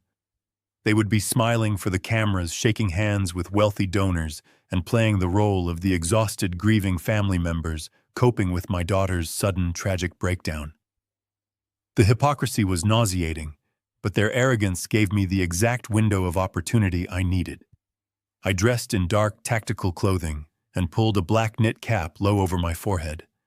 I slung the canvas duffel bag across my chest and slipped quietly out the back door of the motel. I did not take my truck. I walked the mile to the Thorne estate, sticking strictly to the heavy tree line that bordered the wealthy neighborhood. The freezing wind bit at my face, but the cold kept my mind razor sharp. I reached the towering iron gates and bypassed them entirely, moving to the eastern perimeter wall. I knew this property inside and out. 5 years ago, when Rachel and Derek first bought the estate, I had personally overseen the massive renovation project. I had upgraded the structural supports, reinforced the foundation, and most importantly, I had supervised the installation of their state-of-the-art security system. I knew every blind spot, every motion sensor, and every hardwired failsafe. I climbed the stone wall and dropped silently onto the frost-covered grass. The house stood before me like a dark, looming fortress. I moved quickly to the utility access panel hidden behind a row of thick, evergreen bushes. With practiced precision, I pulled a pair of insulated wire cutters from my bag and severed the primary fiber optic line feeding the exterior alarm perimeter. The system was designed to instantly roll over to a cellular backup, but I had brought a localized signal jammer. I flipped the switch on the small black box in my pocket. The digital keypad on the back door flashed a bright, angry red for 3 seconds before dying completely. The house was now blind and deaf.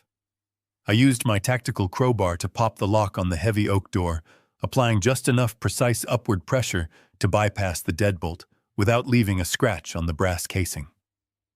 I stepped inside the kitchen, closing the door behind me with a soft click. The silence in the massive house was absolute. I did not turn on my flashlight.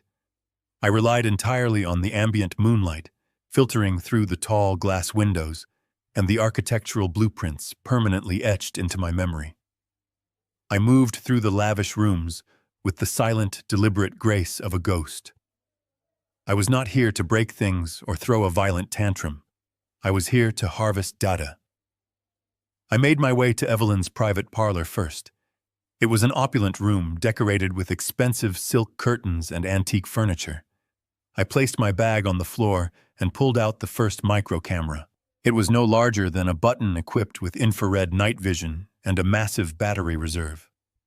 I climbed onto a sturdy velvet chair and carefully unscrewed the metal grating of the HVAC vent near the ceiling. I planted the tiny lens inside the ductwork, angling it perfectly to capture the entire room. I screwed the grate back into place, wiping away my fingerprints with a microfiber cloth. Evelyn would never think to look in the vents. Next, I moved silently down the hallway to Derek's home office. This was the true belly of the beast. The room smelled of expensive cologne and aged leather. I repeated the process, sliding a second micro camera into the ceiling vent directly above his massive mahogany desk. Now I would see every document he signed and hear every phone call he made. But audio and video were only half the battle. I needed hard, undeniable financial evidence to prove to a judge that Derek was entirely bankrupt and unfit to control my daughter's wealth. I stepped down from the vent and moved behind his desk. Derek was arrogant, but he was not stupid. His high-end desktop computer was locked down with complex biometric passwords. However, I did not need to log into his operating system to steal his secrets. I unzipped my bag and pulled out a specialized industrial USB cloning drive. Leon had given it to me, explaining that it was designed to bypass the software entirely and mirror the raw data directly from the hard drive motherboard. I plugged the device into the hidden port at the back of the computer tower. A small, pulsing blue light illuminated the dark corner of the office. The digital display on the cloner indicated that the extraction process would take exactly 4 minutes. I stood in the darkness, watching the progress bar crawl across the tiny screen. 10%. 20%. The silence was deafening. Every creak of the old house settling sounded like a gunshot in my ears. I kept my eyes locked on the light, counting the seconds in my head. 50%. 70%. I was almost there. I was moments away from possessing the financial blueprints that would completely dismantle Derek's pristine lies. 90%. The device whirred softly. Then a metallic click echoed loudly through the silent house. It came from the front foyer. The deadbolt was turning. My blood ran cold. I glanced at my watch. It was only 9:30. Derek and Evelyn were not supposed to be home until midnight. A female voice sighed heavily in the hallway. It was Evelyn. She had returned early from the gala, likely bored. The front door swung open, and the clicking of her heels began echoing against the marble floors, moving steadily toward the home office. 98%. I watched the cloning device, my chest tight with panic. I could not pull the drive early, or the data would corrupt, rendering the mission a failure. The footsteps grew loud. She was in the adjoining hallway just a few feet away. 100%. The small screen flashed a bright green. I ripped the USB drive out of the computer, shoved it into my pocket, and grabbed my duffel bag. I could not go back out through the kitchen. Evelyn was already blocking the primary escape route. I looked at the large glass windows behind Derek's desk. Outside, a heavy network of industrial steel scaffolding was erected against the back of the house for a roof repair project. I quietly unlatched the brass window lock and slid the glass pane up just as the doorknob to the office began to turn. I slipped backward out the window onto the steel platform. I pulled the glass shut behind me, leaving it open by a fraction of an inch, just as Evelyn flipped on the overhead lights. I dropped flat against the metal grating of the scaffolding, holding my breath as her shadow moved across the curtains. I had the stolen data, the hidden cameras were invisible, and their arrogant masks were about to be permanently shattered. I pressed my body flat against the freezing metal scaffolding, holding my breath as Evelyn moved inside. Through the gap in the window, I watched her shadow stretch across the curtains. She paced back and forth, muttering angrily about Derek and his lack of composure, oblivious that I was hovering mere inches away. I waited until she finally turned off the lights, and her footsteps retreated down the long hallway. Once the heavy mahogany door clicked shut, I began my descent. Climbing down 3 stories of steel scaffolding in the pitch-black night was daunting, but my hands remembered the rhythm. I slipped down into the garden, vanished into the tree line, and walked back to my motel room. The stolen data drive felt like a burning coal in my pocket. I plugged it into a laptop, verifying the files were intact, and sent the raw data straight to Mitchell. The financial trap was set. Now I needed to focus on extracting my daughter from their medical prison. The next morning, I met Leon in the corner of a diner situated 3 towns over from the Thorne estate. Leon slid into the booth, pulling a thick folder from his leather jacket. His weathered face was grim lines of exhaustion etched around his eyes. He spent the night running surveillance on the Silver Pines wellness retreat, and his report confirmed my worst fears. It is a genuine fortress, Victor Leon explained, keeping his voice low. It sits on 40 acres of private woodland, surrounded by 12-foot masonry walls topped with motion sensors. The front gate is manned by armed guards, and every entrance requires a biometric keycard. It is designed exactly like a high-end prison. They do not want anyone getting in, and they do not want anyone getting out. Mitchell arrived a few minutes later, sliding into the booth. He slapped a stack of printed financial records onto the table. "It is much worse than a medical facility," Mitchell stated, pointing a finger at the highlighted text. "I stayed up all night tracking the corporate ownership of Silver Pines. It is buried under 3 Delaware shell companies, but I found the primary shareholder. Evelyn Thorne owns a 40% controlling stake in the entire operation." My stomach turned to lead as the magnitude of their deception settled over me. Evelyn was not simply sending Rachel to a random clinic for help. She was locking her inside her own private black site. It was an exclusive dumping ground where wealthy families sent inconvenient relatives to disappear without public scandal. With her 40% ownership, Evelyn dictated exactly who was hired, what medications were administered, and who was allowed to visit. She completely controlled the narrative. I pulled a worn notebook from my pocket, my mind shifting from anger to structural analysis. If a building is impenetrable from the front, you do not attack the gate. You look for the foundational weaknesses. I spent 40 years pulling commercial permits and reviewing municipal zoning layouts.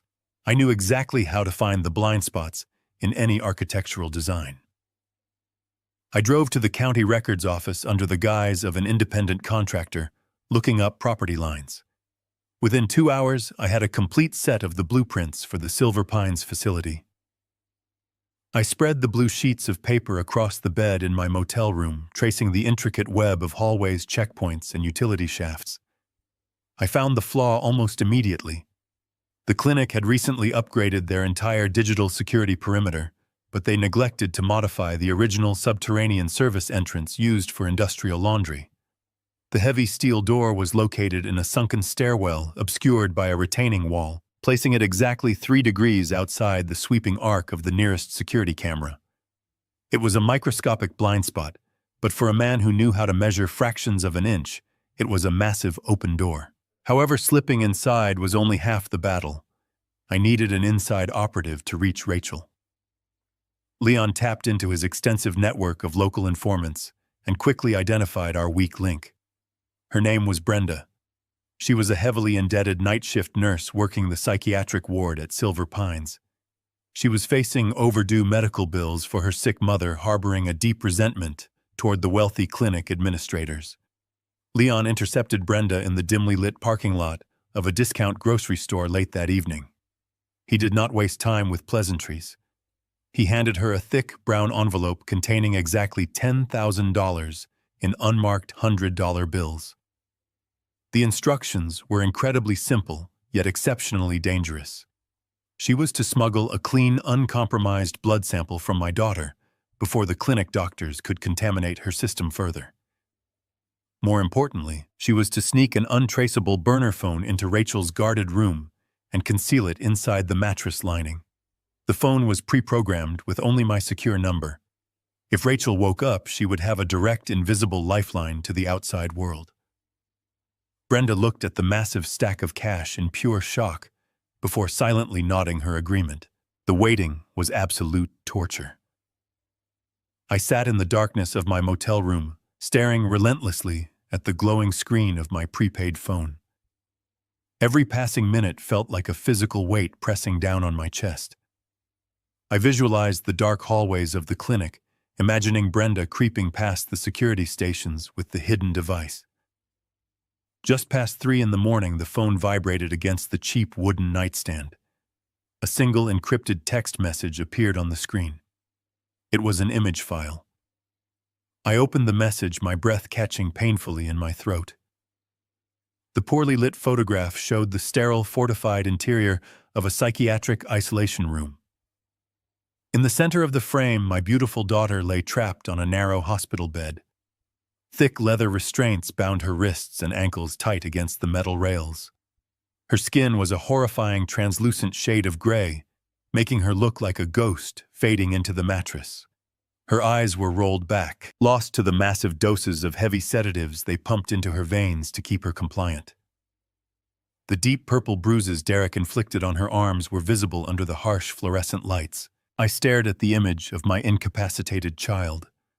The role of the defeated old man completely burned away, leaving nothing but cold, terrifying ash. A profound, lethal silence settled over my mind. I did not yell. I did not break anything. The sorrow was gone, replaced by a ruthless mechanical fury that felt heavier than poured concrete. Derek and Evelyn Thorne thought they had won their sophisticated game of chess. They believed they could lock my daughter in a cage and steal her life without facing any consequences. I closed the phone and picked up my tactical crowbar, feeling the cold weight of the steel in my hands. The time for gathering evidence was rapidly coming to an end. They had built a massive fraudulent empire on the broken back of my only child, and I was going to systematically reduce it to absolute rubble. I left the suffocating confines of my motel room before the sun even crested the horizon. I carried my duffel bag and the cloned USB drive straight to an abandoned warehouse on the industrial edge of the city. Leon had commandeered the empty office space on the second floor, transforming it into a secure, off-the-grid command center. When I pushed open the heavy metal door, the room was dimly lit by the harsh glow of several computer monitors. Mitchell was already there, sitting beside Leon, with his sleeves rolled up to his elbows and his expensive silk tie loosened around his neck. They looked like two generals preparing for a siege. I tossed the USB drive onto the folding table. The metallic clatter echoed in the cavernous room. "I need you to tear this apart," I said. Leon snatched the drive and plugged it into a heavily encrypted laptop. His fingers flew across the keyboard, typing lines of complex code to bypass the residual security firewalls Derek had installed. The room fell into a tense, heavy silence, broken only by the rhythmic tapping of the keys and the low hum of the computer processor. We watched the decryption software slowly chew through the stolen data. It took nearly an hour of agonizing waiting before the progress bar finally hit 100%. The screen flashed bright green, and a massive directory of hidden folders flooded the display. Mitchell leaned forward, his eyes narrowing as he clicked through the primary financial ledgers. He was a shark smelling blood in the water, and Derek had left an absolute ocean of it. Mitchell opened a master spreadsheet, his face growing paler with every line of data he scrolled past. The numbers did not make any sense at first glance, but Mitchell knew exactly how to translate the corporate deception. "This is not an investment firm," Mitchell whispered, his voice trembling with a mixture of professional awe and profound disgust. "This is a massive, highly orchestrated Ponzi scheme. Derek has not been a successful banker for over 4 years. He has been actively cannibalizing his own clients." Mitchell pointed a shaking finger at a column of red numbers hidden deep within a nested folder labeled as offshore holding accounts. Derek had systematically embezzled over $12 million from his top-tier investors. He had been skimming huge percentages off the top of their portfolios, moving the stolen capital through a dozen untraceable shell companies in the Cayman Islands to fund his lavish, unsustainable lifestyle. But the house of cards was finally collapsing. Mitchell pulled up a series of highly classified internal memos. They were frantic, desperate emails between Derek and his chief financial officer. The Securities and Exchange Commission had flagged several massive discrepancies in his quarterly filings. Worse still, a specialized task force from the Federal Bureau of Investigation had officially requested a comprehensive audit of Thorne Financial Investments. The federal agents were already circling his firm like vultures. The net was closing in rapidly. I stared at the glowing screen, the structural blueprints of Derek's lies becoming completely transparent. The Thornes were not just facing a corporate scandal. They were facing absolute catastrophic ruin. Leon opened another directory labeled Personal Estate. The files inside documented the brutal reality of their private finances. The immaculate, sprawling mansion in the North Shore, the luxury imported vehicles, the expensive charity galas, it was all a meticulously crafted illusion. The estate was heavily mortgaged, and they had not made a single payment in 7 months. A final notice of foreclosure had been issued just 3 weeks ago. Their private bank accounts were completely overdrawn. They had maxed out every line of available credit. Derek and Evelyn were entirely bankrupt. They did not have enough liquid cash to pay their utility bills, let alone fend off a massive federal indictment and repay $12 million in stolen client funds. There is only one clean, untraceable asset left in their entire orbit, Mitchell stated, pulling up the trust fund documents Sarah had created. It is Rachel's $8 million inheritance. It matured exactly 14 days ago, but there is a massive legal roadblock for them. Sarah designed this trust to be completely bulletproof.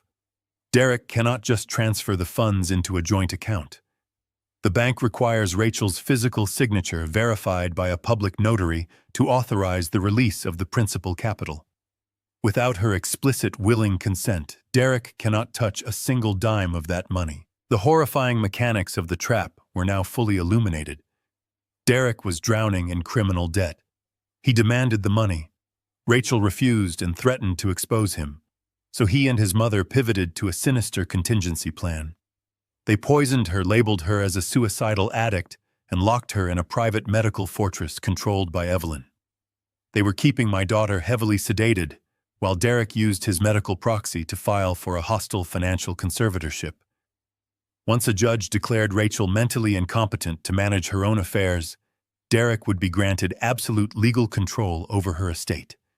He could bypass the signature requirement, drain the $8 million, pay off his most dangerous creditors, and silence the federal auditors before the FBI knocked on his door. My daughter was the only thing standing between Derek Thorne and a federal prison cell. Leon suddenly held up his hand, signaling us to stop talking. He was digging through a hidden partition on the hard drive, a secure folder disguised as temporary system files. "Look at this," Leon muttered, his brow furrowing in deep concentration. Derek uses a voice-activated dictation software for his private memos. The program automatically records background audio and saves the cached files locally on the hard drive before transferring them to the cloud. I just found an audio file that was hidden and marked for permanent deletion. The timestamp on the recording is from 3 days ago, exactly 20 minutes before you received that panicked voicemail from Rachel. Leon amplified the computer speakers and clicked play on the recovered file. A harsh static hiss filled the warehouse, followed immediately by the sound of glass shattering against a hardwood floor. "I am not signing anything!" Derek, Rachel screamed. Her voice echoed through the speakers, fierce and unyielding. "You lied to me. You lied to everyone. I saw the offshore statements. I know exactly what you did to those clients. You stole millions of dollars, and you expect me to drain my mother's trust fund to save you from federal prison." Derek's voice responded, cold, venomous, and dripping with manic desperation. "You do not understand how this works, Rachel. If I go down, this entire family goes down. The estate will be seized. We will lose absolutely everything. You are my wife. You are legally obligated to help me fix this deficit before the auditors arrive on Monday morning." "I am not helping you cover up a federal crime." Rachel fired back, her tone trembling with absolute resolve. "I am calling Mitchell first thing in the morning to freeze my accounts. And then I am calling my father. I am filing for divorce, Derek. I am leaving this house and I am taking my life back. You and your mother are completely insane." A sudden violent scuffle erupted on the audio recording. The sickening sound of a heavy body being shoved against a wall echoed through the room. Rachel let out a sharp, terrified gasp. "You are not going anywhere, Rachel!" Derek snarled, his voice dropping into a dark, lethal whisper. "You are going to sit down and you are going to sign the authorization forms, or I swear to God I will make sure you never leave this house." The recording abruptly cut off, leaving a ringing silence in the cold warehouse. I stood frozen, staring blindly at the computer screen. The phantom echo of my daughter's terrified voice ripped through my chest like a jagged blade. She had stood her ground. She had fought back against his manipulation. She had bravely threatened to expose his entire criminal empire, and in response he had violently assaulted her in their own home. He had pinned her against the wall, leaving those horrifying bruises on her arms. When she managed to lock herself in the bedroom and call me for help, I had failed to answer the phone. I had been safely out in my garage, oblivious to the nightmare unfolding across the city. Derek knew he could not force her to sign the papers, so he initiated the overdose. The pieces of the puzzle were no longer just a financial theory. They were the blueprints of an attempted murder. Derek and Evelyn had systematically planned to erase my daughter's mind for $8 million. I slowly reached down and picked up my tactical crowbar from the folding table. The heavy forged steel felt cold and solid in my grip. I turned toward the warehouse door, my jaw set like stone. I had all the evidence I needed to destroy their wealth. Now it was time to tear down the walls of their fortress and bring my little girl home. I left the cold, abandoned warehouse with Leon and Mitchell already preparing the final financial injunctions. The long drive back to my dim motel room felt incredibly different this time. The crushing, suffocating weight of the unknown was completely gone, replaced by a razor-sharp focus. I had the financial blueprints secured, but the crucial piece of my plan was playing out in real time. I unlocked the cheap veneer door of my motel room, stepped inside, and immediately locked the deadbolt right behind me. The heavy blackout curtains kept the space buried in shadows, illuminated only by the harsh blue glow of my laptop screen resting on the scratched wooden desk. I pulled out the secondary receiver Aisha had given me and connected it to the computer. The software hummed to life, searching for the encrypted signals broadcasting from the micro cameras I had planted inside the Thorne estate. For a few tense moments, there was only static. Then the screen flickered, split into two separate video feeds, and crystallized into high-definition clarity. The first feed showed Evelyn's opulent parlor entirely empty and bathed in moonlight. The second feed, however, was a direct top-down view of Derek's mahogany-paneled home office.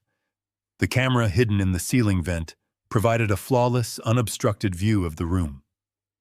Derek and his mother were sitting across from each other in the expensive leather armchairs I had seen just hours earlier. A heavy crystal decanter of amber scotch rested on the low table between them. Derek leaned forward, pouring a generous measure of the liquor into two heavy crystal glasses.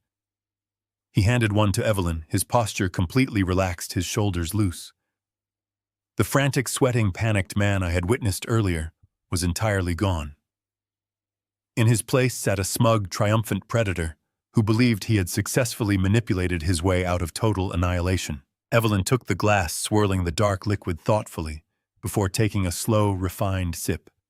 She was wearing a deep emerald silk robe, looking absolutely serene, as if she had not just orchestrated the brutal medical imprisonment of her own daughter-in-law. I put on my headphones, pressing the foam tightly against my ears. The parabolic microphones picked up the crisp clinking of ice against crystal and the soft, steady hum of the central heating system. I held my breath, waiting for the structural cracks to reveal themselves. "We handled the hospital staff perfectly," Evelyn stated, her voice smooth and chillingly conversational. "Dr. Harrison is entirely in our pocket. He filed the rapid toxicology report exactly as I instructed, emphasizing the dangerous mixture of anxiety medication and alcohol. He completely bypassed the standard sulfite allergy protocol, classifying her airway restriction as a severe panic response rather than anaphylaxis. The narrative is utterly flawless, Derek." Derek chuckled, a low, arrogant sound that made the muscles in my jaw tighten until my teeth ached.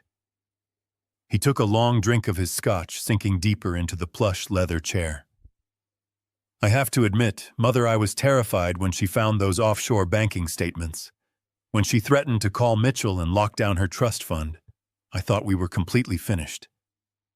The federal auditors are breathing down my neck. If she had filed for divorce and walked out that door with her $8 million, the entire firm would have imploded by Monday." Evelyn waved a dismissive, elegant hand, placing her glass on the table. "You panic far too easily, Derek. You always have. When a structural liability threatens the foundation of our family, we do not panic. We neutralize it. Rachel was a liability. She thought her little nursing degree and her inherited money gave her power over us. We simply reminded her who actually controls this environment." I sat rigidly in my motel room, my hands gripping the edge of the desk so hard my knuckles turned white. The sheer casual cruelty in her voice was nauseating. They were discussing my daughter as if she were a defective piece of machinery they had casually discarded. Derek swirled his drink, staring into the amber depths. "I still cannot believe how incredibly hard she fought us," he muttered, shaking his head. When I backed her into the corner of the bedroom and showed her the crushed pills dissolved in the wine, she looked at me like I was a monster. Evelyn scoffed loudly, a harsh, ugly sound that destroyed her refined facade. She fought like a stray dog. Evelyn sneered, her voice dropping into a hateful, venomous register. It was pathetic. When I grabbed her by the arms and pinned her down against the hardwood floor, she was thrashing and screaming for you to stop. She was begging, but I held her wrists tight. I dug my fingers into her arms until she could not move a single muscle. "You have to be firm with feral things, Derek. You have to break their spirit before you can leash them." I held her perfectly still while you forced the glass against her mouth and poured that mixture down her throat. The air vanished from my lungs. A violent, sickening shudder violently ripped through my entire body. I was listening to a mother calmly describe how she physically restrained my child while her son poured poison down her throat. The bruises, the dark, terrifying fingerprints pressed deep into Rachel's pale skin. It was Evelyn. Evelyn had pinned her down. Evelyn had watched my daughter choke on the sulfites she was deathly allergic to, holding her down while she struggled for breath. We had to make sure she swallowed enough to justify the psychiatric hold. Evelyn continued smoothing a wrinkle from her silk robe. If we had simply called the police and claimed she was unstable, she would have denied it. She would have told them about your embezzlement. We needed her completely incoherent, violently ill, and demonstrably suicidal. By forcing the overdose, we discredited her entirely. We created the perfect, undeniable physical evidence of a severe mental breakdown. Derek nodded in vigorous agreement. And the brilliant part is that her beloved father bought the performance hook, line, and sinker. Victor was standing right there in the hospital corridor, looking like a pathetic, beaten dog. I handed him the legal proxy, and he just completely folded. He packed up his truck and ran away to Wisconsin to cry in a cabin. He will not be anywhere near the city to interfere. Evelyn smiled, raising her glass. We erased her voice, Derek. A suicidal, addicted wife locked in a secure psychiatric ward has absolutely no credibility. Even if she wakes up and tries to tell the nurses about your missing millions, it will be instantly documented as a paranoid delusion caused by her chemical dependency. We own her narrative. We own her medical care. And most importantly, we own her estate. Derek checked his heavy gold wristwatch, the metal gleaming under the office lights. The paperwork is ready. Once the judge signs it on Friday, we pull the plug on her trust, and the clinic keeps her a vegetable for the next 10 years. No one will ever believe a junkie. The echo of Derek's final chilling sentence hung in the heavy, stagnant air of the motel room. The absolute cruelty of it suffocated me. I stared at the glowing computer monitor, the blue light casting long, harsh shadows across the scarred wooden desk. The mechanical fury that had ignited inside me earlier was no longer just a burning ember. It had forged itself into something much denser, something entirely absolute and unbreakable. I reached out with a steady hand and pressed a single key, stopping the recording. The silence that rushed back into the room was absolute, but my mind was moving at blinding speed. I had the confession. I had the brutal, undeniable truth of what they had done to my only child. The truth was a weapon, yes, but it was currently sheathed. If I moved too recklessly, if I allowed my anger to dictate my actions, Derek would simply slip through my fingers like water. I needed professional, surgical precision to trap him. But possessing the truth and weaponizing it were two completely different things in the eyes of the law. I needed Mitchell. I picked up the burner phone, dialed his direct line, and told him to get to the warehouse command center immediately. I packed the laptop, the hard drive, and the audio files into my canvas duffel bag, leaving the surveillance equipment running. I drove back to the industrial district, the dark, empty streets flashing past my windshield like a blurred nightmare. When I pushed open the heavy metal door of the second-floor office, Leon and Mitchell were already waiting. I did not waste time with pleasantries. I plugged the laptop into the main monitor and played the audio file. I watched the color rapidly drain from Mitchell's face as Evelyn described holding my daughter down. I watched Leon's jaw tighten, his hands curling into tight fists upon the folding table. When the recording finally clicked off, neither man spoke for a long time. The sheer calculated malice of the Thorne family had completely paralyzed the room. Mitchell slowly took off his glasses, rubbing the bridge of his nose with a trembling hand. Victor Mitchell began, his voice unusually quiet, stripped of his typical courtroom confidence. This changes the entire landscape, but it also accelerates their timeline drastically. If Derek has already filed the paperwork, we are running out of time. Mitchell opened his briefcase and pulled out a thick stack of legal precedents. He explained the grim, terrifying reality of the legal maneuver Derek was executing. "It is called an emergency ex parte conservatorship," Mitchell stated, leaning heavily against the table. "It is a legal provision originally designed to protect vulnerable individuals who present an immediate danger to themselves. Derek has weaponized it perfectly. He is bypassing standard notification periods by claiming Rachel's fake suicide attempt constitutes a severe, life-threatening medical crisis." Mitchell spread the documents across the table, tapping his gold pen against the dense legal text. "Derek has submitted the completely falsified medical records from the emergency room. He has the rapidly processed toxicology report showing the lethal mixture of sedatives and alcohol. And most damaging of all, he has the sworn documented testimony of Dr. Harrison, the corrupt emergency room physician Evelyn paid off. That doctor has legally certified that Rachel suffers from profound psychiatric instability and severe chemical dependency. The hearing is scheduled for tomorrow morning, Friday, at exactly 9. It will be held behind closed doors in a private judicial chamber to protect the privacy of the patient. If the judge bangs that gavel and signs that specific order, Derek will instantly be granted absolute, irrevocable legal control over Rachel's entire existence." I felt a cold, paralyzing dread creeping up my spine. "What exactly does absolute control mean, Mitchell?" I asked, my voice dangerously calm. "It means you cease to exist as her father in the eyes of the law," Mitchell replied, looking me directly in the eyes. "Derek will have the legal authority to dictate her medical treatment, which means he can keep her permanently committed and heavily sedated in Evelyn's black site clinic. He will control who is allowed to visit her, which means he will legally ban you from ever stepping foot inside that facility. You will never be allowed to see your daughter again. And financially, he will gain total access to her $8 million trust fund.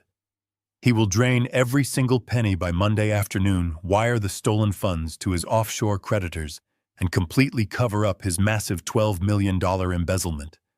He will walk away a free, wealthy man, and Rachel will be trapped in a chemical prison for the rest of her natural life." The staggering weight of Mitchell's words hung heavily over the dimly lit warehouse. Leon watched me carefully, his posture tense, clearly expecting a violent explosion. He expected me to shatter the computer screen, to flip the heavy metal table, or to roar in blind, helpless agony. I did not yell. I did not smash a single thing in that room. The profound, freezing rage inside my chest simply crystallized into pure, tactical execution. I stood up slowly. I reached for my dark canvas jacket draped over the back of the folding chair and calmly slid my arms into the sleeves. I buttoned it with deliberate, methodical precision. "Leon," I said, my voice completely devoid of any frantic emotion, "I need you to reach out to your federal contacts right now. You mentioned that the Federal Bureau of Investigation had a specialized financial crimes division circling Derek's firm. I want you to call the highest-ranking agent you know on that task force. You are going to use the cloned hard drive data as bait. You tell them you have absolute, undeniable proof of a $12 million corporate embezzlement scheme complete with offshore routing numbers and internal communications. You tell them the entire structure is completely collapsing and the primary suspect is a massive flight risk. But you do not give them the files yet. You tell them they have to meet us tomorrow morning at the county courthouse if they want the entire package handed to them on a silver platter. Leon slowly smiled, a dark, predatory gleam appearing in his weathered eyes. He pulled his phone from his leather jacket, already scrolling through his encrypted contact list. Consider it done, Victor. They will bring an entire tactical team for a bust of this magnitude. I turned back to face Mitchell. Mitchell, you are going to draft a counter-petition for immediate medical emancipation, incorporating the audio confession and the structural proof of Evelyn's shadow ownership of the psychiatric clinic. We are going to walk right into that private closed-door judicial chamber tomorrow morning at exactly 9. We are not going to stop the hearing. We are going to let Derek build his perfect little legal fortress right in front of the judge. We will let him present his fake medical records. We will let him tell his tragic, heartbreaking lies. And then we are going to lock the doors from the inside, and we are going to absolutely annihilate him. We spent the rest of Thursday night transforming the abandoned industrial warehouse into a highly synchronized tactical command center. The air was thick with the smell of bitter black coffee and the electric hum of powerful processors working at their absolute maximum limits. I watched Mitchell pace relentlessly across the concrete floor, organizing the printed documents into distinct, lethal legal categories. He was meticulously preparing the counter-petition, linking Derek's fraudulent emergency room charts with Evelyn's hidden corporate ownership records. Leon remained glued to his encrypted monitor, managing the digital backchannels and communicating directly with his federal contacts. We were not merely building a defense for a conservatorship hearing. We were carefully constructing a federal RICO case, laying out the explosive charges with the structural precision of a controlled demolition. Every piece of evidence had to interlock flawlessly. If we left a single legal loophole, Derek's highly paid attorneys would slither right through it. But the foundation of our entire counterattack rested entirely on the physical evidence Brenda was actively risking her life to secure. At exactly 2 in the morning, the heavy metal door of the warehouse groaned open. Leon's private courier stepped into the harsh fluorescent light, clutching a small, insulated biometric transport cooler. He had just returned from a covert rendezvous with Brenda in a desolate commuter parking lot 3 miles outside the perimeter of the Silver Pines Wellness Retreat. Mitchell snatched the cooler and popped the magnetic seals. Inside, resting perfectly preserved on a bed of dry ice, were 3 pristine vials of Rachel's uncompromised blood.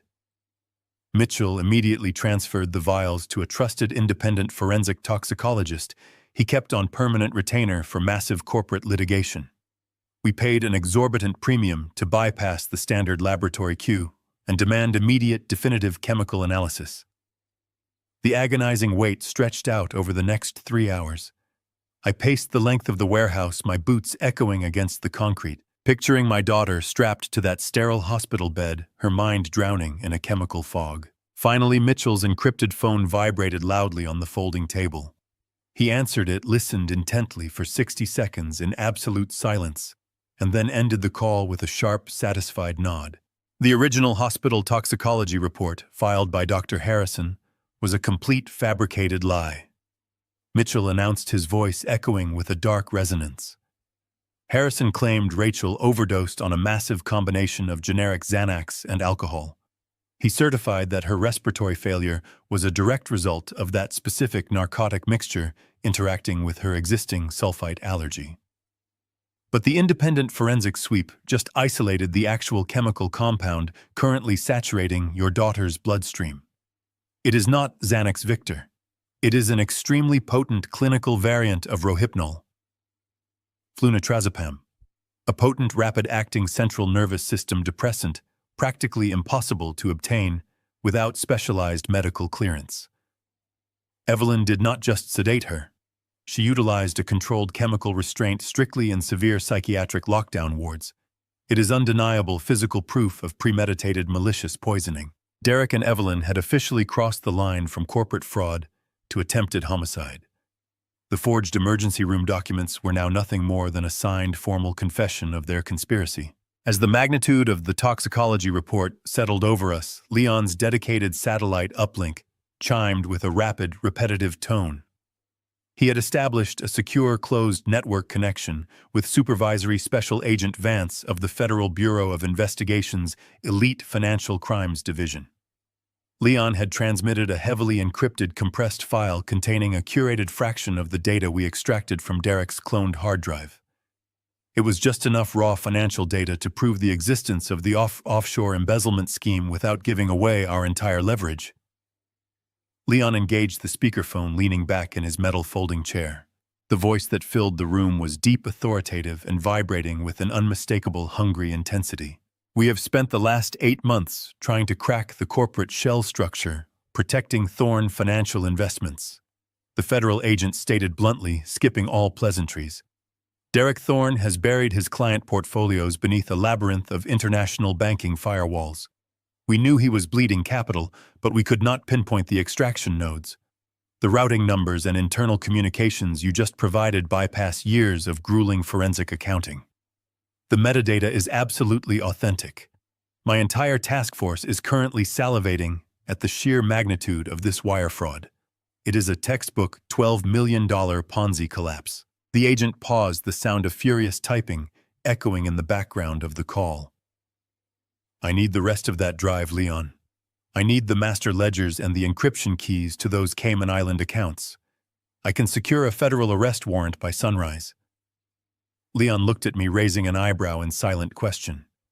I stepped closer to the microphone, letting the cold, flat authority of a master contractor seep into my voice. You will get every single byte of data, Agent Vance, I replied evenly, but you will not execute a single arrest warrant until 9:30 this morning.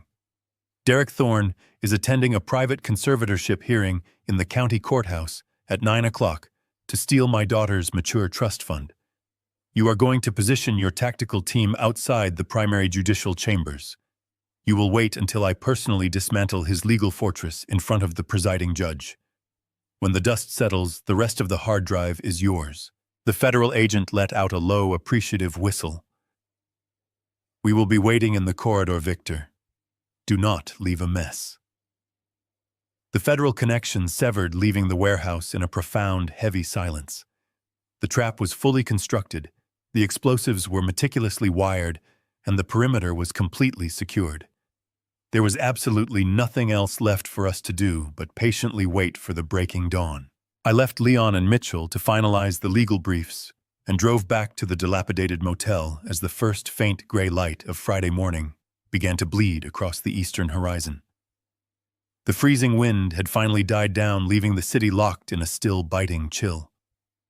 I walked into my dimly lit room and turned on the small flickering bathroom light. I stripped off the dark tactical clothing I had worn during the infiltration of the Thorn estate. I turned on the shower, letting the scalding hot water wash away the sweat, the grime, and the lingering exhaustion of the past 3 days. I needed to wash away the frail, grieving father completely. When I stepped out of the steam, I opened the garment bag I had brought with me from my home. Inside hung a sharp, meticulously tailored dark charcoal suit. It was the armor I used to wear when negotiating massive, critical commercial construction contracts. I dressed with deliberate, methodical care. I fastened the crisp white collar of my shirt, pulled the silk tie perfectly straight, and slipped into the heavy wool jacket. I stood before the cracked mirror hanging above the cheap motel sink and stared at my reflection. The clueless old man was dead, replaced entirely by a ruthless project manager who was finally ready for the ultimate final inspection. The heavy oak doors of the county courthouse were thick enough to muffle the sounds of the busy city outside, creating a suffocating vacuum of silence in the private judicial chambers. Inside room 402, the atmosphere was thick with manufactured grief. Judge Thomas Arris, a stern man with 30 years of family court experience, sat high behind the polished mahogany bench. Directly below him at the plaintiff table, Derek and Evelyn Thorne were delivering the performance of a lifetime. They were dressed in immaculate, conservative, dark clothing, perfectly tailored to project quiet, respectful sorrow. Derek sat with his shoulders slumped, his head bowed, clutching a crumpled white tissue in his trembling hands. Every few seconds he would dab at the corners of his eyes, producing an incredibly convincing display of a husband broken by tragedy. Evelyn sat beside him, placing a gentle, comforting hand on his shoulder. She looked the part of the stoic, supportive mother, her face arranged into a mask of polite devastation. "Your Honor," Derek began, his voice cracking perfectly as he addressed the bench. "It breaks my heart to be here today. I have tried everything to help my wife. I have loved Rachel through her darkest moments, hoping she would find the strength to overcome her demons. But the addiction has completely taken over her mind. She is no longer the woman I married. The drugs have made her paranoid, volatile, and profoundly dangerous to herself." Derek paused, taking a shaky breath, letting the silence hang in the courtroom for maximum emotional impact. 2 nights ago, she hit absolute rock bottom. She consumed a lethal mixture of sedatives and alcohol. If I had not found her and rushed her to the emergency room, she would not be alive right now. She needs long-term intensive psychiatric intervention, and she needs to be protected from her own financial resources before she uses them to destroy herself completely. Judge Aris peered over his silver reading glasses, carefully reviewing the thick legal binder Derek had submitted. The binder contained the forged emergency room charts, the manipulated toxicology sweep, and the sworn affidavit from Dr. Harrison. The fabricated evidence was structured flawlessly. "I have reviewed the medical documentation provided by the attending physician," Judge Aris stated, his tone heavy with sympathetic gravity. "The toxicology report clearly indicates a severe and life-threatening chemical dependency. It is always a tragic situation when a spouse must step in to assume total legal control, Mr. Thorne. However, given the overwhelming physical evidence of self-harm and severe psychiatric instability, the court recognizes the immediate necessity of this intervention." The judge picked up his heavy black pen, unscrewing the gold cap. The stroke of his hand would instantly dissolve the autonomy of my daughter, granting Derek absolute access to her $8 million trust fund. It was the final checkmate. At that exact moment, the massive brass handles of the courtroom doors turned, and the heavy oak panels swung violently inward. The heavy thud of the wood hitting the rubber doorstops echoed like a gunshot through the silent chamber. I stepped across the threshold. I wore my tailored charcoal suit, my posture perfectly rigid, my face carved from freezing stone. I did not walk like a frail, broken father seeking pity. I walked like a project manager stepping onto a condemned demolition site. My leather shoes struck the polished marble floor with a steady, rhythmic cadence echoing loudly with every single step, but I did not walk alone. Mitchell marched directly on my right, clutching a thick, leather-bound briefcase filled with our independent forensic evidence. Leon flanked my left side, his posture loose but highly alert, his eyes scanning the room with the calculated precision of a seasoned detective. And directly behind us, moving in perfect synchronized silence, were 2 broad-shouldered federal agents. They wore identical dark suits, their federal badges clipped visibly to their belts, projecting an aura of absolute, undeniable authority. Supervisory Special Agent Vance led the pair, his expression completely devoid of any emotion. The impact of our entrance was instantaneous and physically devastating for the people sitting at the plaintiff table. Derek froze, the crumpled tissue dropping from his hands. The manufactured tears vanished from his eyes, instantly replaced by a look of sheer, unadulterated terror. He stopped breathing, his knuckles turning white as he gripped the edge of the wooden table. His carefully constructed illusion was completely shattering right in front of him. He knew exactly what the presence of those federal badges meant. He realized in a fraction of a second that his financial sanctuary had been breached, his offshore accounts exposed, and his entire criminal network laid bare. The walls of his invisible fortress had entirely crumbled, leaving him completely exposed to the harsh light of absolute federal justice and utter ruin. The reaction from Evelyn was entirely different. Her refined, aristocratic mask violently cracked, revealing the ugly, desperate predator underneath. She shot to her feet, the wooden chair scraping harshly against the marble floor. Her face flushed a deep, furious crimson. "What is the meaning of this?" Evelyn screeched, her voice shrill and echoing wildly off the high ceiling. She pointed a trembling, manicured finger directly at my chest, completely abandoning her supportive mother charade. "Your Honor, you must have this man removed immediately. He has no legal standing in this chamber. He is grieving, he is mentally unstable, and he is violently interrupting a private, sealed medical proceeding. You cannot allow this outrage to continue for another second. He is completely out of his mind. He is entirely delusional. He is trying to ruin a highly sensitive legal process intended to save my poor daughter-in-law." Judge Aris slammed his wooden gavel against the sounding block, the sharp crack cutting through the hysterical screaming from Evelyn. "Order in my courtroom!" The judge commanded, his voice booming with absolute, unquestionable authority. He looked down at me, his brow furrowed in severe confusion, clearly disturbed by the sudden invasion of his private chambers. He pointed his gavel toward our group. "Sir, this is a closed hearing. You cannot simply storm through those doors. Who are you, and what is the meaning of this unprecedented interruption?" I did not yell over the lingering echoes of the incredibly frantic outburst from Evelyn. I did not smash my heavy fists against the solid wooden seating benches. I simply walked forward, moving with a very cold, calm, and terrifying certainty. I stopped precisely 3 feet away from the plaintiff table, looking directly into the violently panicked, sweating face of Derek. I could see the ruin reflected in his wide, terrified eyes. I turned my gaze up to the bench, meeting the stern, questioning stare from the judge. My voice was smooth, cold, and heavy with the weight of absolute truth. "Your Honor," I replied, my tone cutting the silence like a scalpel. "My name is Victor Caldwell. I am the father of the woman they are trying to imprison. I am not here to disrupt a medical proceeding. I am here to report a premeditated kidnapping, a calculated chemical poisoning, and a $12 million federal fraud." The silence following my declaration was absolute and heavy.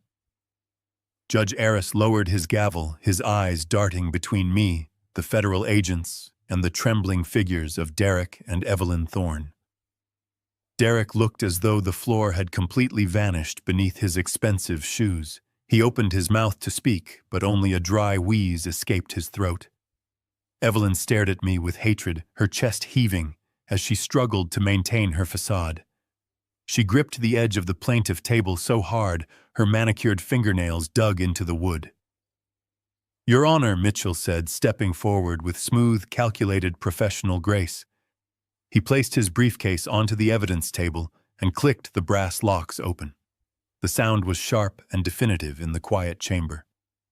"My name is Arthur Mitchell, financial attorney for Rachel Thorne. We are here to contest this conservatorship with independent evidence proving the plaintiff systematically falsified medical documents to orchestrate a hostile financial takeover." Judge Aris leaned forward, his stern face hardening into a look of severe judicial scrutiny.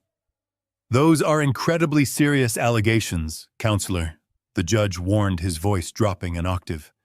"You are accusing the plaintiff of manipulating a sealed medical proceeding. You had better have the documentation to back up a claim of that magnitude."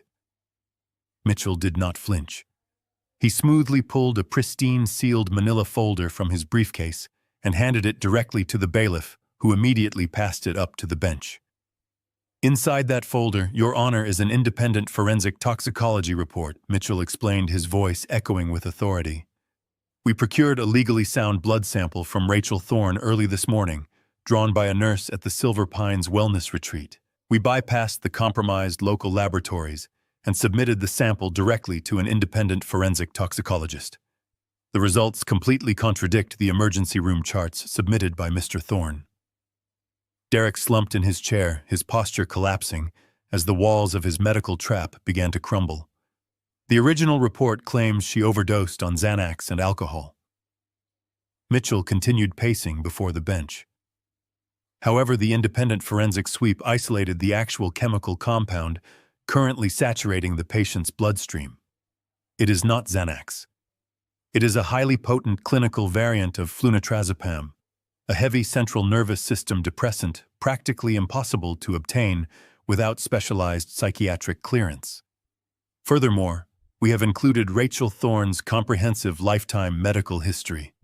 Page 4 highlights a severe documented allergy to sulfites. Dr. Harrison deliberately ignored this fatal allergy to validate a false narrative of a panic-induced asthma attack. Judge Aris rapidly scanned the independent laboratory results, his brow furrowing in deep-mounting anger. He looked down at Derek, his judicial neutrality replaced by a cold, piercing glare. "Mr. Thorne," the judge demanded, his voice cracking like a whip. "Are you aware that falsifying medical records to secure a conservatorship constitutes severe felony fraud?" Derek opened his mouth, stammering, his polished banker persona entirely shattered. "Your Honor, I had no idea," he choked out. "The doctors told me she took those pills. I was only trying to save my wife. I am just a concerned husband trying to protect his family." "That is an absolute lie," I stated, slicing through his excuses. I stepped past Mitchell, walking directly up to the wooden railing that separated the gallery from the legal tables. I reached into the pocket of my jacket and pulled out my burner phone. I did not raise my voice, but the cold, heavy resonance of my tone commanded the entire room. "Your Honor, Derek and Evelyn Thorne did not just forge medical documents. They actively, violently poisoned my daughter in her own home to silence her. And I have the recording to prove it." Evelyn shot to her feet again, her face twisting into a mask of pure panic. "This is an outrage," she shrieked, echoing off the walls. "He is fabricating evidence. You cannot allow this unstable man to play unauthorized audio in a closed court session. He is violating our privacy." "Sit down immediately, Mrs. Thorne," Judge Aris roared, slamming his gavel with enough force to make the wood groan. "One more outburst and I will hold you in contempt and have the bailiffs place you in handcuffs. Proceed, Mr. Caldwell. Let us hear exactly what you have brought to my courtroom today." I walked over to the court clerk's desk and picked up the auxiliary audio cable. I plugged it directly into my phone, bypassing the screen lock completely. I did not look at Derek. I did not look at Evelyn. I kept my eyes locked entirely on the judge. I selected the recovered audio file and pressed play. The harsh static hiss of the hidden recording filled the silent courtroom. The sound of glass shattering against a hardwood floor made Derek flinch violently in his chair. Then the voice of Evelyn Thorne echoed through the judicial chamber, stripped of all her elegance. She fought like a stray dog. Evelyn's recorded voice sneered, the venomous tone making the judge's eyes widen in absolute horror. It was pathetic. When I pinned her down against the floor, she was thrashing and screaming for you to stop. She was begging. But I held her wrists tight. I dug my fingers into her arms until she could not move a single muscle. "You have to be firm with feral things, Derek. You have to break their spirit before you can leash them." I held her perfectly still while you forced the glass against her mouth and poured that mixture down her throat. I watched the color drain entirely from Derek's face. He looked like a man standing on the gallows, watching the executioner pull the lever. Evelyn collapsed heavily into her wooden chair, her hands flying up to cover her mouth. She was gasping for air, her chest heaving as the audio recording continued to play, destroying every single lie she had ever told. "We erased her voice, Derek, the recorded." Evelyn continued her cruel laughter echoing through the court. "A suicidal, addicted wife locked in a secure psychiatric ward has absolutely no credibility. If she wakes up and mentions you're missing millions, it will be instantly documented as a paranoid delusion. We own her narrative. We own her medical care. And most importantly, we own her estate." The recording reached its horrifying climax. Derek's own voice cut through the air, smug and utterly victorious. "The paperwork is ready. Once the judge signs it, we pull the plug on her trust. The clinic keeps her a vegetable for the next 10 years. No one will ever believe a junkie." I unplugged the cable. The silence was deafening. Judge Aris sat perfectly still, his face a mask of cold fury. "In 30 years, I have never witnessed such profound malice," he stated. "You attempted to use this court to imprison an innocent woman. The emergency proxy is hereby revoked.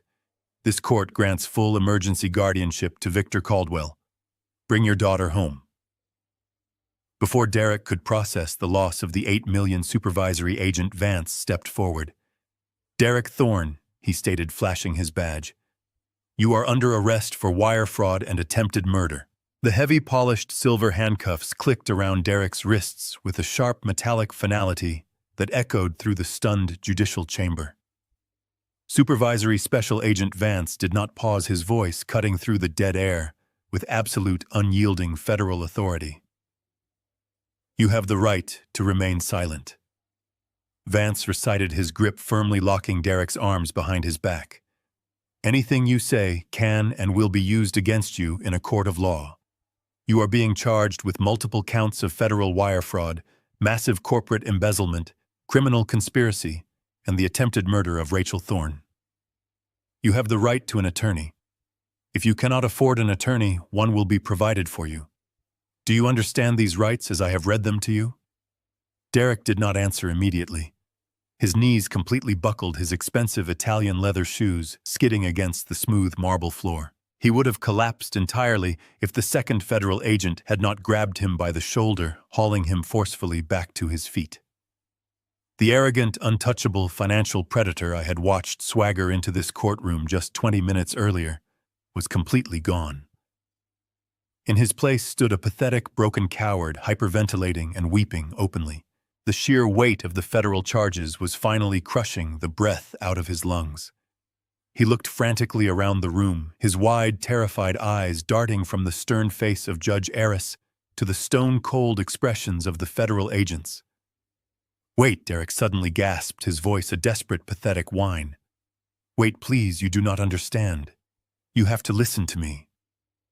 I did not want to hurt her. I never wanted to hurt Rachel. I was just trying to fix the accounts. The money was just a temporary solution. It was supposed to be a short-term loan to cover the market losses. The physical violence, the drugs locking her away in that horrible place, none of that was my idea. The cowardice was absolute and sickening. As the federal agents tightened their grip on his arms to pull him toward the heavy oak doors, Derek violently twisted his body, turning to face his mother. He threw her under the bus with a desperate, self-serving shriek that filled the entire chamber. It was her. Derek screamed, spit flying from his lips as he pointed his cuffed hands awkwardly toward Evelyn. She orchestrated the entire thing. She is the one who found the clinic. She is the one who paid off Dr. Harrison. She crushed those pills and forced me to put them in the wine. I did not want to do it. She pinned Rachel down to the floor. You heard the recording.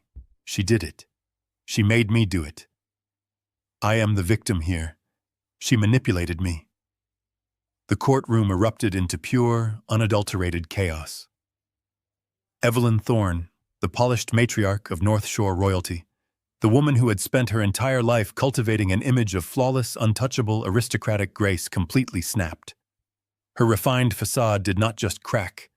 It violently shattered into a million irreparable pieces. You pathetic, worthless little worm. Evelyn shrieked, a sound so guttural and raw it barely sounded human. She lunged forward, bridging the short distance between them with terrifying speed.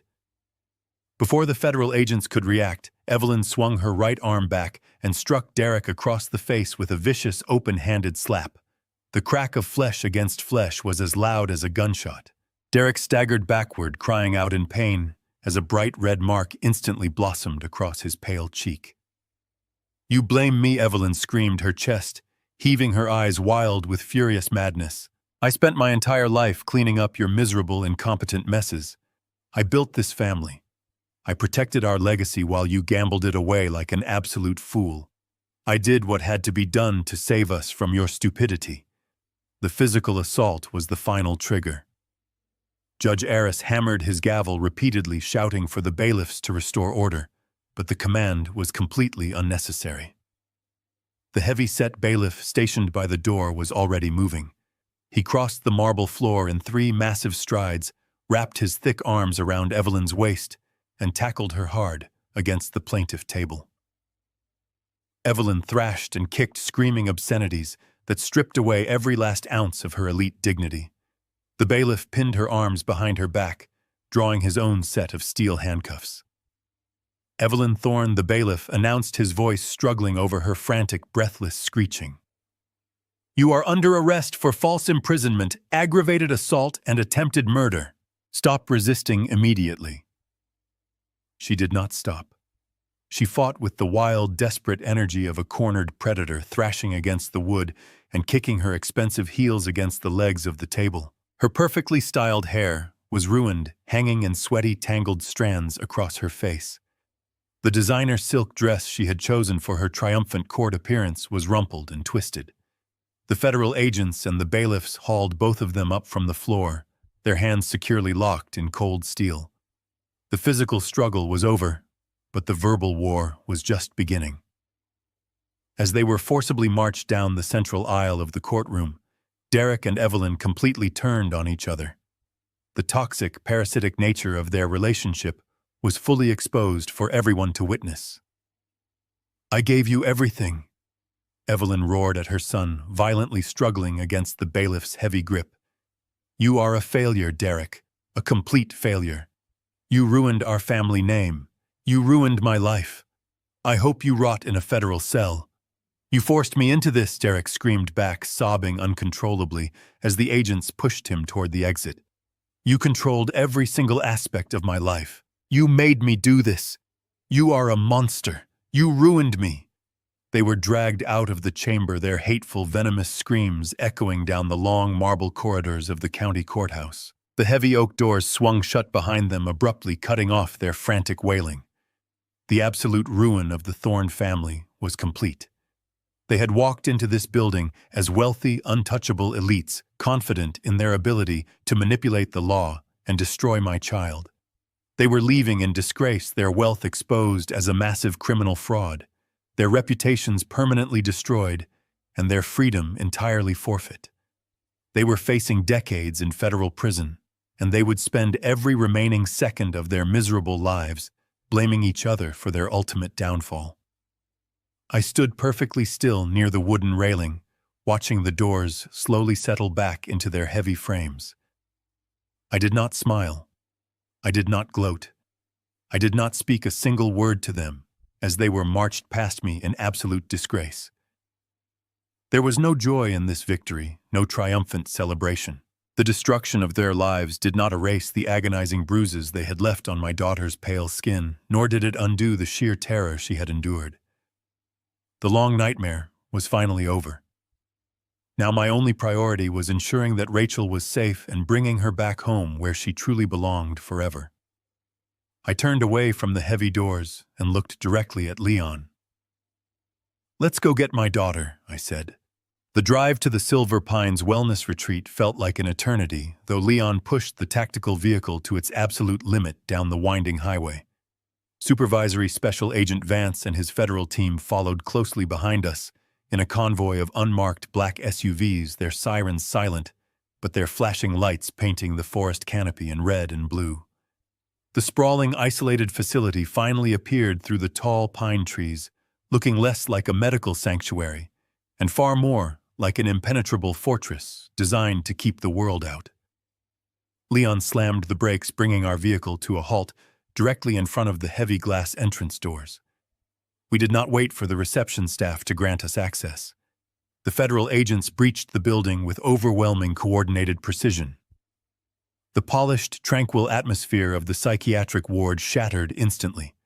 Armed agents fanned out across the lobby, issuing federal warrants and securing all possible exits. The nursing staff, previously so confident in their shadow authority, froze in absolute terror. Dr. Harrison emerged from a back corridor, his face pale and slick with sweat, demanding to know what was happening. Agent Vance did not waste a single breath on explanations. He simply signaled two of his men, who immediately pushed the physician against the reception desk and clamped handcuffs around his wrists. Mitchell moved swiftly behind the agents, producing the emergency guardianship order signed by Judge Aris and demanding the master key cards for the secure residential wing. I did not wait for the bureaucracy to unfold. My heart hammered against my ribs with a frantic, desperate rhythm as I pushed past the detained staff and marched directly down the hallway. I read the brass room numbers as I walked, My jaw clenched until I reached room 412 at the very end of the corridor. The door was magnetically locked, but a federal agent stepped forward and swiped a confiscated keycard. The lock clicked, and the heavy door swung outward. The room was bathed in a dim twilight. The air smelled of antiseptic and sterile linen. I stepped across the threshold, my breath catching painfully in my throat. There, lying completely motionless on a narrow hospital bed, was my daughter. She looked incredibly small, frail, and pale against the stark white sheets. Intravenous tubes ran from her delicate arm to a silent blinking monitor beside the bed, slowly pumping the paralyzing sedatives into her system. The sight of her stripped of all her energy and reduced to a helpless captive sent a fresh wave of sorrow crashing over me. I walked to the edge of the bed and fell to my knees against the floor. I reached out with trembling hands and gently brushed a stray lock of hair away from her damp forehead. "Rachel," I whispered, my voice thick with tears. "Sweetheart, it is Dad. I am right here." Her eyelids fluttered, struggling against the heavy weight of the chemical fog binding her mind. Slowly, agonizingly, her eyes opened. They were glassy and unfocused at first, staring blankly at the ceiling, before slowly tracking downward to find my face. A spark of recognition finally penetrated the heavy sedation. Her lips parted, but she lacked the strength to form the words. She managed a squeeze of my hand. I leaned forward, pressing my forehead gently against hers. "I have got you, sweetheart," I whispered, letting my tears finally fall onto the white sheets. "We are going home. Nobody is ever going to hurt you again." 1 month later, the chill of winter had finally surrendered to the warmth of spring. The sprawling Thorne estate, the mansion where Derek and Evelyn had plotted to destroy my daughter, now sat empty and dark. Federal authorities had seized the property, padlocking the gates and freezing every single asset tied to their criminal empire. The downfall of North Shore royalty had dominated the news cycle for weeks. The scale of their arrogance and greed had left the financial district completely stunned. Derek Thorne, stripped of his tailored suits and his arrogant smirk, had officially pled guilty to multiple counts of wire fraud, massive embezzlement, and conspiracy. He was currently sitting in a federal penitentiary, facing a sentence of 25 years without the possibility of early parole. His mother, Evelyn, had fought the charges with a blind fury, but the audio recording and the independent toxicology reports were absolutely insurmountable. She was facing a 15-year sentence for false imprisonment and attempted murder, her social status completely obliterated. The $12 million corporate shortfall was fully exposed, but Rachel's $8 million trust fund remained entirely untouched, securely locked in an independent account, strictly in her name. The money was safe, but more importantly, my daughter was safe. I stood on the back porch of my quiet, modest home holding a steaming mug of hot coffee. I looked out over the sunlit garden, where bright daffodils and purple hydrangeas were beginning to bloom in the morning air. Rachel was sitting near the center of the lawn in a wheelchair, a blanket draped carefully across her lap. She held a cup of chamomile tea in both hands, taking small, slow sips as she absorbed the comforting warmth of the morning sun. The shadows under her eyes had finally faded, replaced by a returning color in her cheeks. The residual weakness from the poisoning was slowly leaving her body, replaced by a quiet, determined resilience. She looked up from her tea, sensing my presence on the porch. She smiled. I smiled back, lifting my mug in a silent salute. I remained on the steps, watching the breeze stir the leaves of the oak tree shading the yard. My mind drifted back over the events of the past month. I realized that a long lifetime spent pouring concrete, aligning heavy steel beams, and building structures had taught me a truth about the world. I knew exactly how to look at an edifice and immediately spot a rotting foundation. The Thorne family had built their entire empire on a crumbling bedrock of lies, manipulation, and greed. They believed their wealth and standing made them untouchable, insulated from the consequences of their cruelty. They thought they could crush anyone who stood in their way, but they had entirely underestimated the deep, unbreakable strength of a father defending his only child from their wicked grasp. I had not needed to stoop to their level of violence or deception. I had not thrown a single punch, nor had I fired a single weapon to bring their fortress down. I had systematically dismantled their entire existence using only cold patience, ruthless logic, and the absolute power of the truth. I had simply gathered the raw materials of their own deception and constructed a trap. Now the cruel monsters were permanently locked in their cold iron cages, their empire reduced to ashes, and their names disgraced. The dark, heavy storm had finally passed, leaving a beautiful, quiet peace in its wake. I took a slow, deep breath, filling my tired lungs with the fresh air of the garden, and stepped down from the porch to join my daughter in the sun. There is a dangerous misconception in society that age equates to obsolescence, and that silence implies ignorance. When arrogance blinds people, they often underestimate the quiet strength of those who have spent a lifetime building and protecting their families. True power does not roar. It observes, it calculates, and it strikes when the foundation of a lie is fully exposed. Never mistake a father's patience for weakness. Deception may offer a temporary illusion of control, but the truth wielded with precise and unyielding logic will always tear down the most elaborate fortresses built on greed and betrayal. If you enjoyed this story of justice, please hit the like button and subscribe to the channel so you never miss my upcoming life stories. Tell me in the comments, what would you have done in Victor's shoes? Let's connect in the comments below. With love and respect.